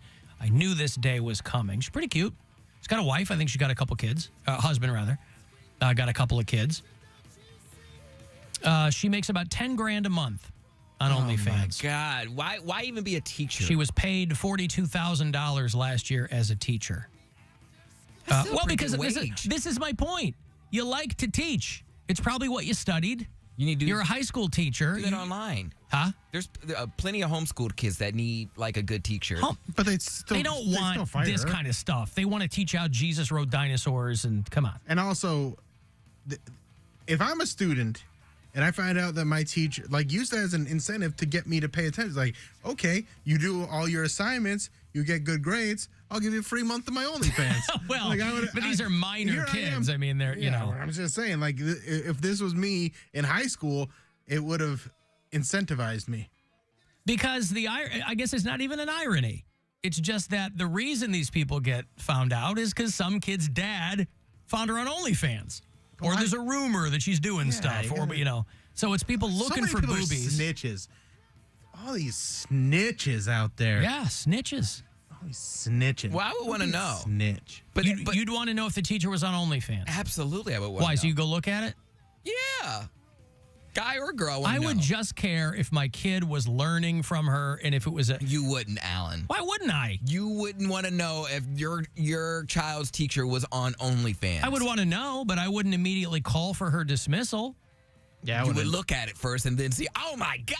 I don't know that I would do that. I don't care. I don't have the hang-ups on sex that people have. I don't want my elementary school. This isn't elementary. Kid, but it's high school. High school is even worse. Listen, elementary school, there's no way one of those kids is going to get on OnlyFans. High school, I get, because it's going to be a distraction. I understand that. She understands that. She's like, I knew it was a matter of time. But the bottom line is, the only reason these women ever get unmasked is because there was a dad on OnlyFans. And they have such a giant boner to get these women fired or shamed or whatever that they go to their wives and lie and go, Jim told me that Miss Coppage is on OnlyFans. And here's what I think is even more likely. Their wife finds out that they're subscribing to people on OnlyFans. Then they find out that they're subscribing to the teacher, and they're like, we're putting an end to this. Yes. You're deleting your account, and then we're getting her fired. You ain't looking at that bitch. Dude, I'm so glad OnlyFans was not around when I was in high school. Because if I would have turned 18, I turned 18 my very first week of my senior year. So you mean to tell me I could have like stacked money for college? I could have paid for my college by doing OnlyFans. Well, listen, but it is, and she said, you know, I knew this. This was a cloud over my head. Blah blah blah. It is naive to think that it's going to be, you know, because these people always, to a person, say the same thing. It's completely separate from my teaching. It's my personal life. that's naive too, because it's going to get found out. You're never going to get hired as a teacher again. That's the weird calculus here is you got to stack that cheddar while you're young and hot, because you got to hope, as more and more people get on that platform. Make a restaurant or something. I just don't know how, again, I sound like a broken record because I say it every time we talk about one of these situations. But with so many people on OnlyFans, I just don't know how you get found. How do you get found to make, I don't mean unmasked. How do you get found enough to make that kind of money? A high school teacher in St. Louis is making $10,000 a month. How do you get found to make that kind of money? It's a lot of marketing. Yeah. Well, then no wonder she was going to get found out. Right, and that's why she knew it. But like, it's a lot of posted on Reddit and a lot of posted on Instagram and figuring out how to get people to pay attention. Because I know plenty of girls that have OnlyFans. I don't know any that are making. Well, I know a few that are making real good money, but those are the ones that market it constantly. Well, that's what I'm saying. Everybody, it's like podcasting. For some reason, everybody thought that their ticket to riches was podcasting because they saw a couple of people that had really popular podcasts. They go, oh, that's what I'll do. Same thing with OnlyFans. 95% of people aren't making money at either. So, I mean, God bless them. I don't think there's anything wrong with it either. It's not illegal. You weren't dealing meth. I texted pass a levy. You don't want your teachers doing this. Pass some goddamn levies. I texted both of my older kids because they both go to Michigan State University. And I go, did either of you have a class with this dude? Is another hot on the heels of the MSU football coach being fired because he was whacking it on the phone with some woman who was like doing business. I think she was like coming in to teach a class at Michigan State on, oh God, what was the irony of that Mel Tucker thing? That she was coming in to give a seminar on sexual harassment and he was whacking it on the phone with her or something like that. Now they have some other professor at Michigan State who got let go because they discovered he got busted for meth 3 or 4 years ago at another college. Wait a second. Meth? I've heard. Hey, man, meth ain't that bad. Exactly. You don't lose your license over. In Louisiana, well, these are always like adjunct professors or some guy who's like a part-time professor. It's not some like tenured 70-year-old dude, but a guy at Michigan State, Brendan Doyle. Back in 2020, they found a meth lab under a bridge over a canal, and they attach it to this guy. Now, the point in the story that jumped out at me, but I don't hear anybody talking about, is this guy came to Michigan State after leaving this other college in Louisiana where he got busted for this meth situation. The college he was teaching at is Nichols State University, which is the same college with the dude who was making the girls paint their faces like clowns. Remember that guy? Yeah. What the hell is going on at Nichols State University? Either they don't do any vetting or it's one of those low-tier colleges. I guess so. In Louisiana. So these guys go on because the face painting guy was at another school too, wasn't he? He like lost his gig because I don't remember how that one went. Ex-Nichols State professor's clown fetish. He wasn't currently at that college, I don't think. A now former, he had gone somewhere else. He was a graduate student at Kent State, oh right, and Northern Illinois University, which is DeKalb, Illinois. Anyway, both of these guys were teachers at Nichols State University in Louisiana. So, I mean, again, I was kind of joking with my kids because neither one of them would have any. This guy was like teaching kinesiology or something. I know neither of them are taking a class like that. But I'm like, boy, you guys have had a run there at Michigan State for a while now. You had a shooting last year. You had the football coach get fired for whacking it. You got this professor who had a meth lab charge in his past. The hell's going on out there? They give you this money here. It's $1,000. It's courtesy of the Buzzard bookie. You got plenty of chances every single day to grab some of this money, so I hope you do. Good luck. This is your chance to bet with the Buzzard Bookie and win $1,000 now. Enter this nationwide keyword at WMMS.com. Money, that's money. Enter it now at WMMS.com. Hey, Poundcake. Quick question. Do you know why you won Best Sports Talker? Because people voted. Love you, hate me, somewhere in between the show. Bye. Yeah. See, it's Poundcake likes, he doesn't vote, but he wants other people to vote for him. I encourage Rules for thee, not for me. But he did vote for himself. I encourage people to vote for who they want and who they like. If I don't like either person, why vote for someone? Mm-hmm. So if they like me, vote for me. Right. Well, we told him to, too. And it worked. And it worked. Still no word on whether I was going to ask if there's been any movement on I've not heard anything. I mean, I'm getting bombarded with those, I'm sure we all are, the emails of like, hey, do you want to frame your Best of Cleveland award? I didn't get one email. You didn't? Nope. Do they have your email? I'm getting them every day. That's how I voted, so wouldn't they know? Yeah, man, I don't know. I don't know either. Oh, I didn't use my Alan Cox Show email. I used my personal. I don't know. All those go to my junk mail. Maybe it's gone to maybe I'll look at my junk. Yeah. A lady in Wisconsin was drunk behind the wheel, got into an accident. In Wisconsin? Oh, yeah. So I wish I had video of this. She crashes into a gas station right next to an outdoor cooler and just opens it up and pops another one and starts drinking as the cops show up. And there's other people screaming at her. Because she hit the building, hit another woman's car, and she just grabs a drink and chugs it in front of everybody. I mean, you can't let the party stop just because you ran into a building. It's Wisconsin. So why are you trying to buy more alcohol after you done hit my car? Can you not stop her? We just in a 4-car accident outside your thing. You can't drink that in here. Lady! She literally just had a 4-car accident outside your establishment. The cops are outside already. You see them? Yeah. Lady! She's facing her 4th DUI. 4th. They just let 4th. people be on the road. They do not care. It was just broad daylight. It's not like this was midnight. She reached into a cooler after she hit the car and the building and pulled out it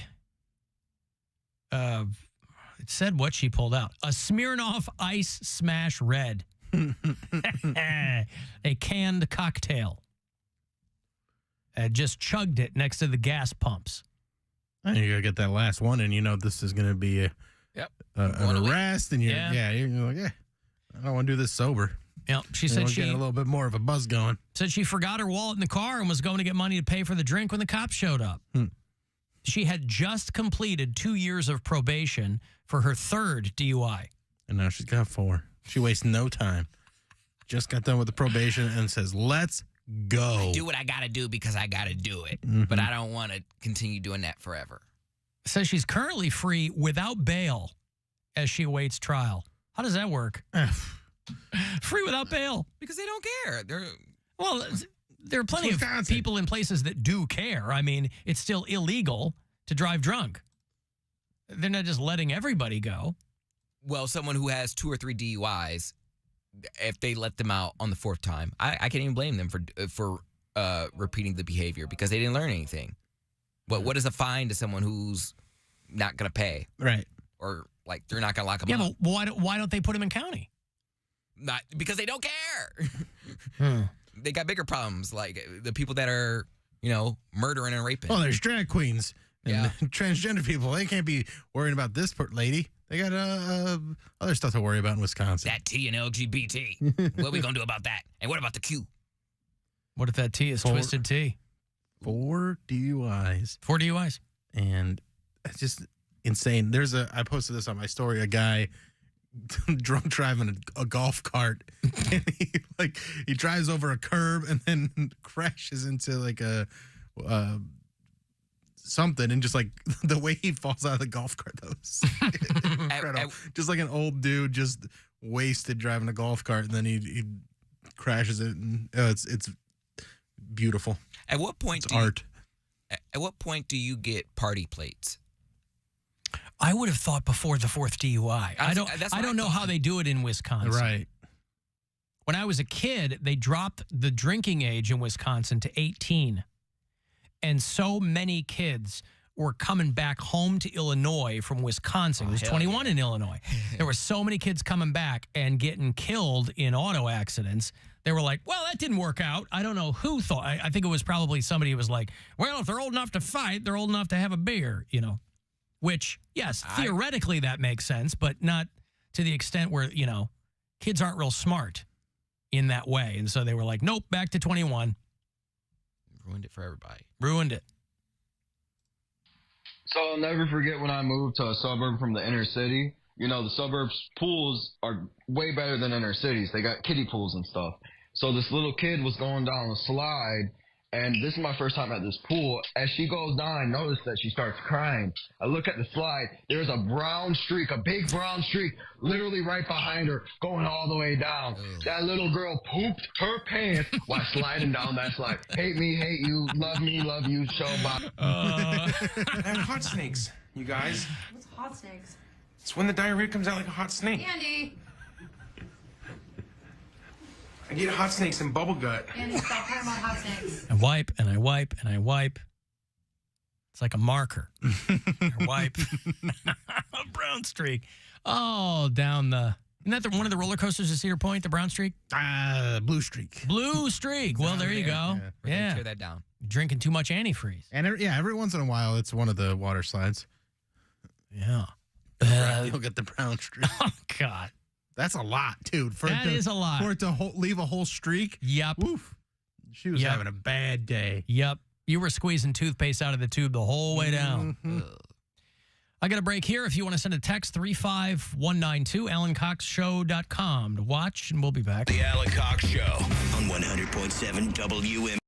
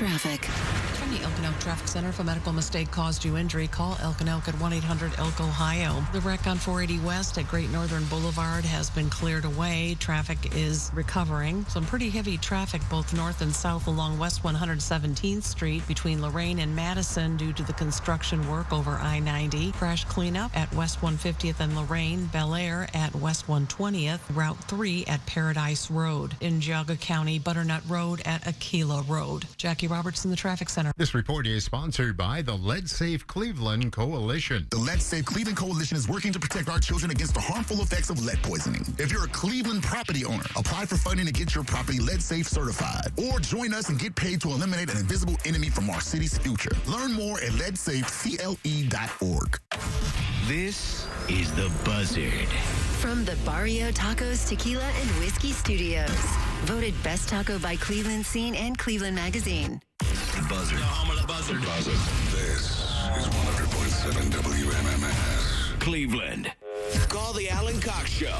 Girls, this is your opportunity right here. A nice boy, let me tell you that. 216-578-1007 or 1-800-348-1007.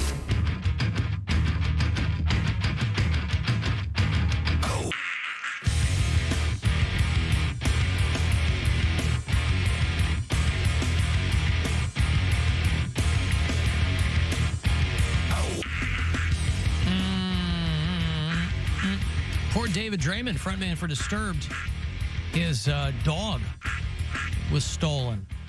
And you certainly hope that they will get that back. It was making the news on all the heavy metal websites. David Draymond offering a reward for his puppy. He had a 10-week-old golden retriever named Charlotte. Now, this is a divorced dog. Guaranteed. I think he and his wife split up a while ago. This is probably a dude who's trying to ease his pain. Don't steal dogs. He posted something on Instagram that he got this golden retriever 3 weeks ago. Oh, there's an update. Oh, he got Charlotte back. There you go. That's good. All right. Congratulations. Oh, better. He lives down in the Coral Gables area of Miami. And I think it's just him these days. And he's a big dog person. You know, he had to put one down. We've been having more and more conversations With like the that. sickness? Huh? Bill Squire at the world-famous Agora, taping a new hour on December 22nd. Get tickets. Go to BillSquire.com. I'll send you there. Put his dog down with the sickness. Oh, my dog's sleeping on one of my hoodies right now. That's Are you looking at your dog camera? Yeah, because you mentioned I wanted to make sure my dog didn't get stolen. Yeah. It made me nervous. But you live in a penthouse apartment. Right. But you never know. True. She's a celebrity dog. Yeah, that's true. Those pirates come through. Yeah. They'll shimmy down your window and bust through. They'd rappel down the roof of the... They probably have grappling hooks. Yeah. You say you do have a rooftop to your building, right? Or like, Yes. I know He does have a roof to his building, yes. He's, I mean, it's just giant tarps on top that hopefully keep the elements out. A roof you can go on. I mean, Yeah, there is. Gosh, that's nice. I wish I had that. And you don't have a roof on your building? Yeah, I have a roof. But you can't go. You can't go up there and just like get a lawn chair and sit. What's up on your roof? I bet you could get a lawn chair and sit. Is it a sloped roof? No, it's a flat building. Yeah, you're in a flat roof. Right. But he doesn't have access to it, is what he's saying. Oh, there's no door to get to the roof. Yeah, and I'm on the top floor. So I walk past, when I go up the back, so I see the little ladder every day and it says, "Danger, do not." So there is a way to get up there. You just have. Yeah, I see the. You don't want to do it. I see the little trap door, but Just I'm go. like, Just go. Why don't you get up there? Just go up there. What are they gonna do? You're not curious to see what's going on up there? What if there's other people what's up doing? there? Yeah, you could be. There's a lot of spiders, like just walking up the steps. Spiders. This guy. They're evil. How long are you gonna let? How long you gonna get let arachnids stop you from living your life? I'm not. You said there's a lot of spiders up there. I'm not gonna not be afraid of spiders. I'm not gonna not be. You don't want to face your fear when you could be. You've let phobia take over so much of your life. It's time to fight the arachnophobia. That's right. Yeah, I'm good.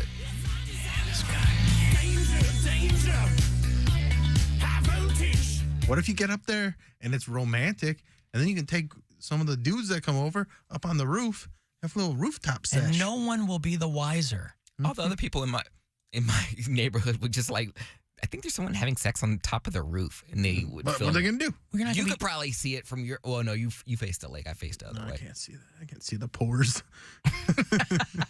The pores. Excuse me. He's facing the lake. He's not facing the hoi polloi to bring that one back. Come on, he's looking out over the lake. He paid good money to not have to look at the pores. Yeah, I want to be seeing other people. Yeah. How many floors are you up, Bill? 9.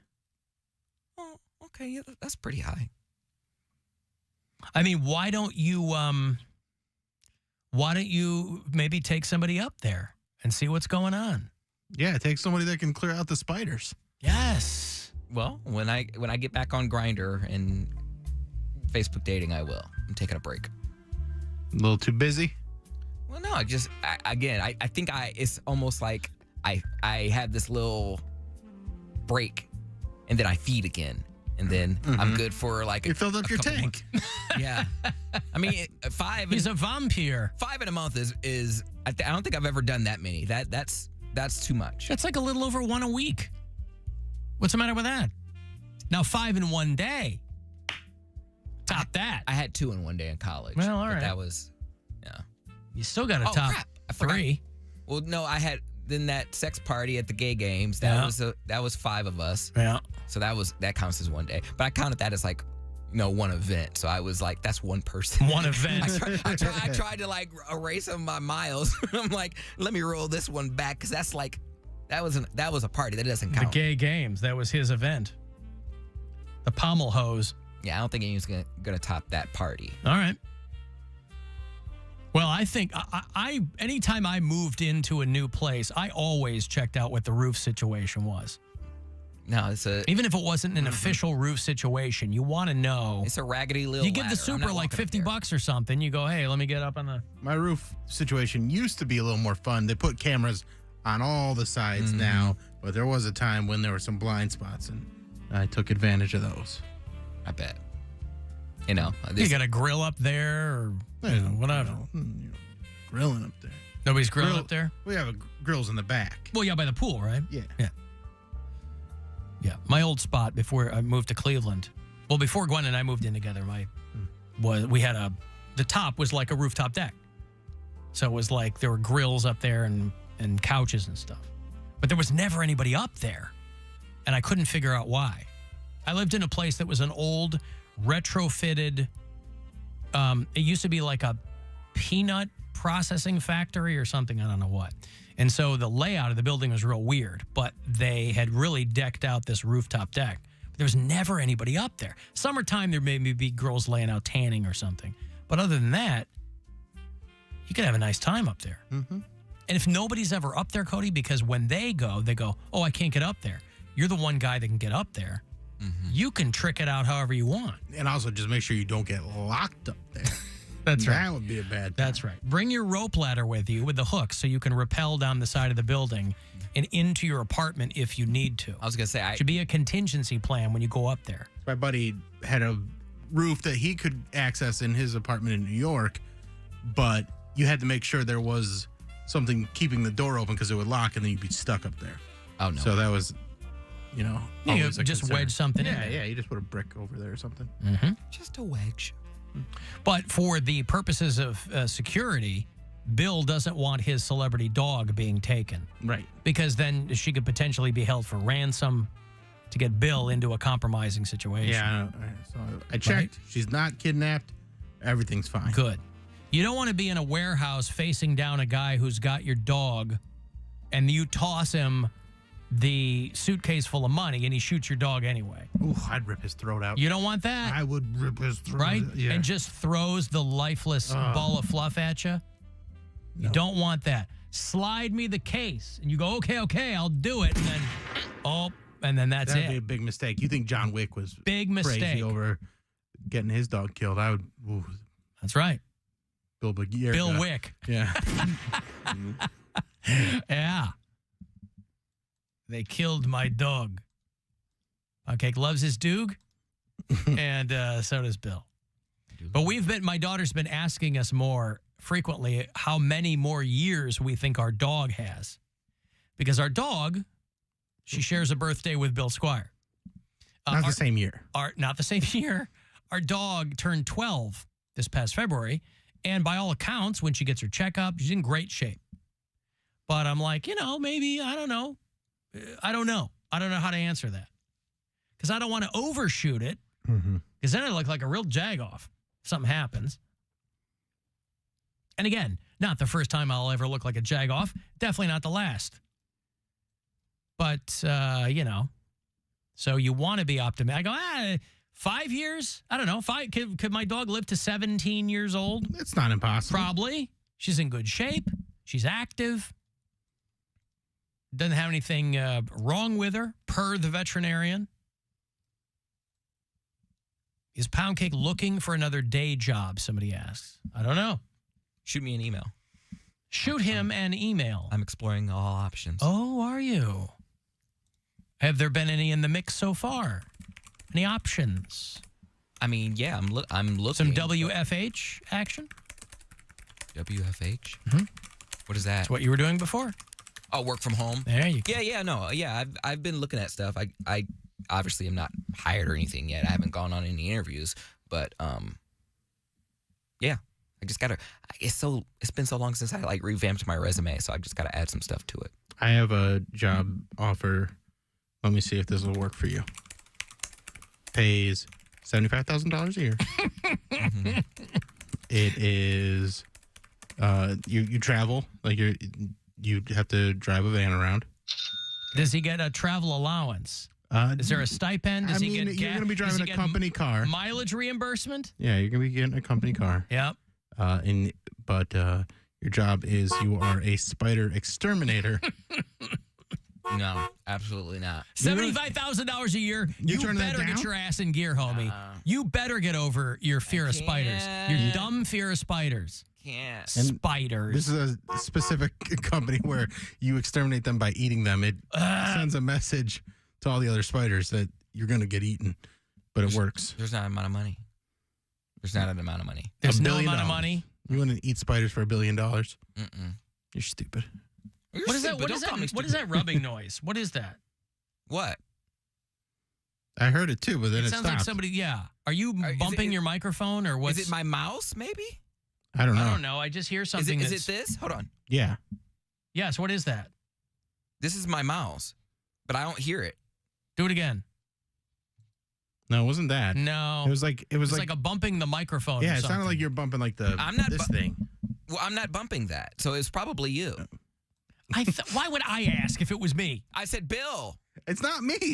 He would tell me. He'd go, "Oh yeah, that's me." No, I'm not touching the mic. The camera would see me if I was touching the mic.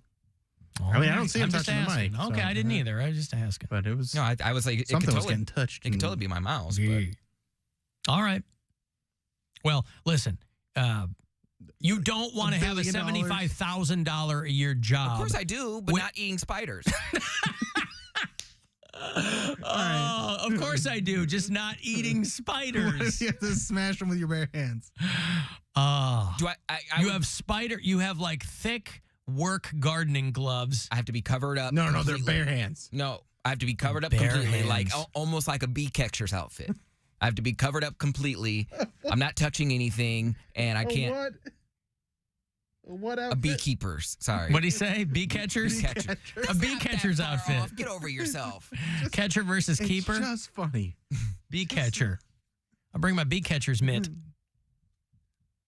I got to squish a big, fat spider in the backyard, and it was so satisfying. It was hiding in between. I was disassembling something in the backyard, and it was these big pieces of wood, and so I'm pulling the bolts out or whatever, and in between one of the joints was this fat white spider. Why gotta be white? White? It was. I don't know if it was a vent. I don't know what it was, but it was trying to hide from me. And so rather than just grab it or pull it out, extract it, I moved the two pieces of wood that were put together at a particular angle for the joint. I moved them together and squished the spider. And this big belly, like yellow guts came out. It was awesome. Yellow. Imagine that. Great. Yellow guts popping into your mouth, pound cake for $75,000 a year. No. Into your mouth. These would be, we would assure you that they were non-venomous spiders. Yeah. Right. The venomous, we're not trying to kill you. We're trying to get you paid. No. Wow. That's not the job for me. It's just like, would I want to clean up dirty linens? Like, and that's my... For $75,000 a year? I would probably do that because, I mean, it's not alive and it can't crawl on me. So you'd rather clean up crappy soiled linens than kill tiny spiders? Yeah. Interesting. I can't explain phobias. It's not rational by any means, but I don't like it. Yeah, but I bet there's a certain number of people that get over their phobia, given that it is not rational, to make a good hunk of money. What would you eat daily for a $75,000 a year job? People want to know. And nothing. Pretty much anything besides spiders. Anything besides spiders. Cockroaches. Okay, no bugs. He doesn't want it. All right. No ambition. You really don't want it, do you? I mean, you know. No I bugs. said $1 billion for, and he said no still. It also means that you're not in bad enough shape yet. Yeah. You're still fine financially. That's what that means. It's like the old Chris Rock joke. You see a homeless guy with a funny sign, he hasn't been homeless for very long. Yeah. I'll tell you who's doing it right. I don't know if you've seen these ads pop up for the Ohio Pork Council. No. They're leading with a hot hog farmer, and this is the way to do it. They kept me on way longer than I would have normally paid attention. Now, I'm a carnivore. I don't eat a lot of meat, but I like some pork every now and then. And who doesn't love a hot hog farmer? Well, I'm just saying, this is what you know. I don't know if it's her dad's farm. I don't know if it's hers. Jess Campbell is the name that they... And obviously, it's for the Ohio Pork Council, so it's 5 minutes of whatever their pig propaganda is or whatever. But they're doing it right by putting a hot farmer in front. The We Care principles that pig farmers live by are really about taking care of the pigs, people, and our planet. Right. Pigs, people, planet. Who can't get behind that when a hot hog farmer's telling you about it? Wait, pigs, people, planet. Are we looking at the same You know what lady? PPP? Huh? Are we looking at the same lady? Isn't she pretty cute? Not the one that I'm looking The at. brunette? Yeah. As opposed to the other fat Hank Hill hog farmers? Listen, she's... That's what I'm saying. As far as hog farmers go, she's okay. But I thought Well, she's not Pam Anderson in 92. Right. I'm just saying if you're going to do the Ohio Pork Council, lead with her. It's smart. You heard her. Pork, people, and planet. Play this. Let me see the one that you're looking at, because the one I was looking at was pretty mediocre. Well, hold on. I had the audio. I looked at the... Well, let me see the girl. Well, okay, hold on. I don't have her up here. Ohio Pork.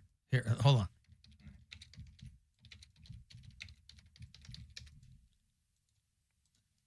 on. Oh, come on, man.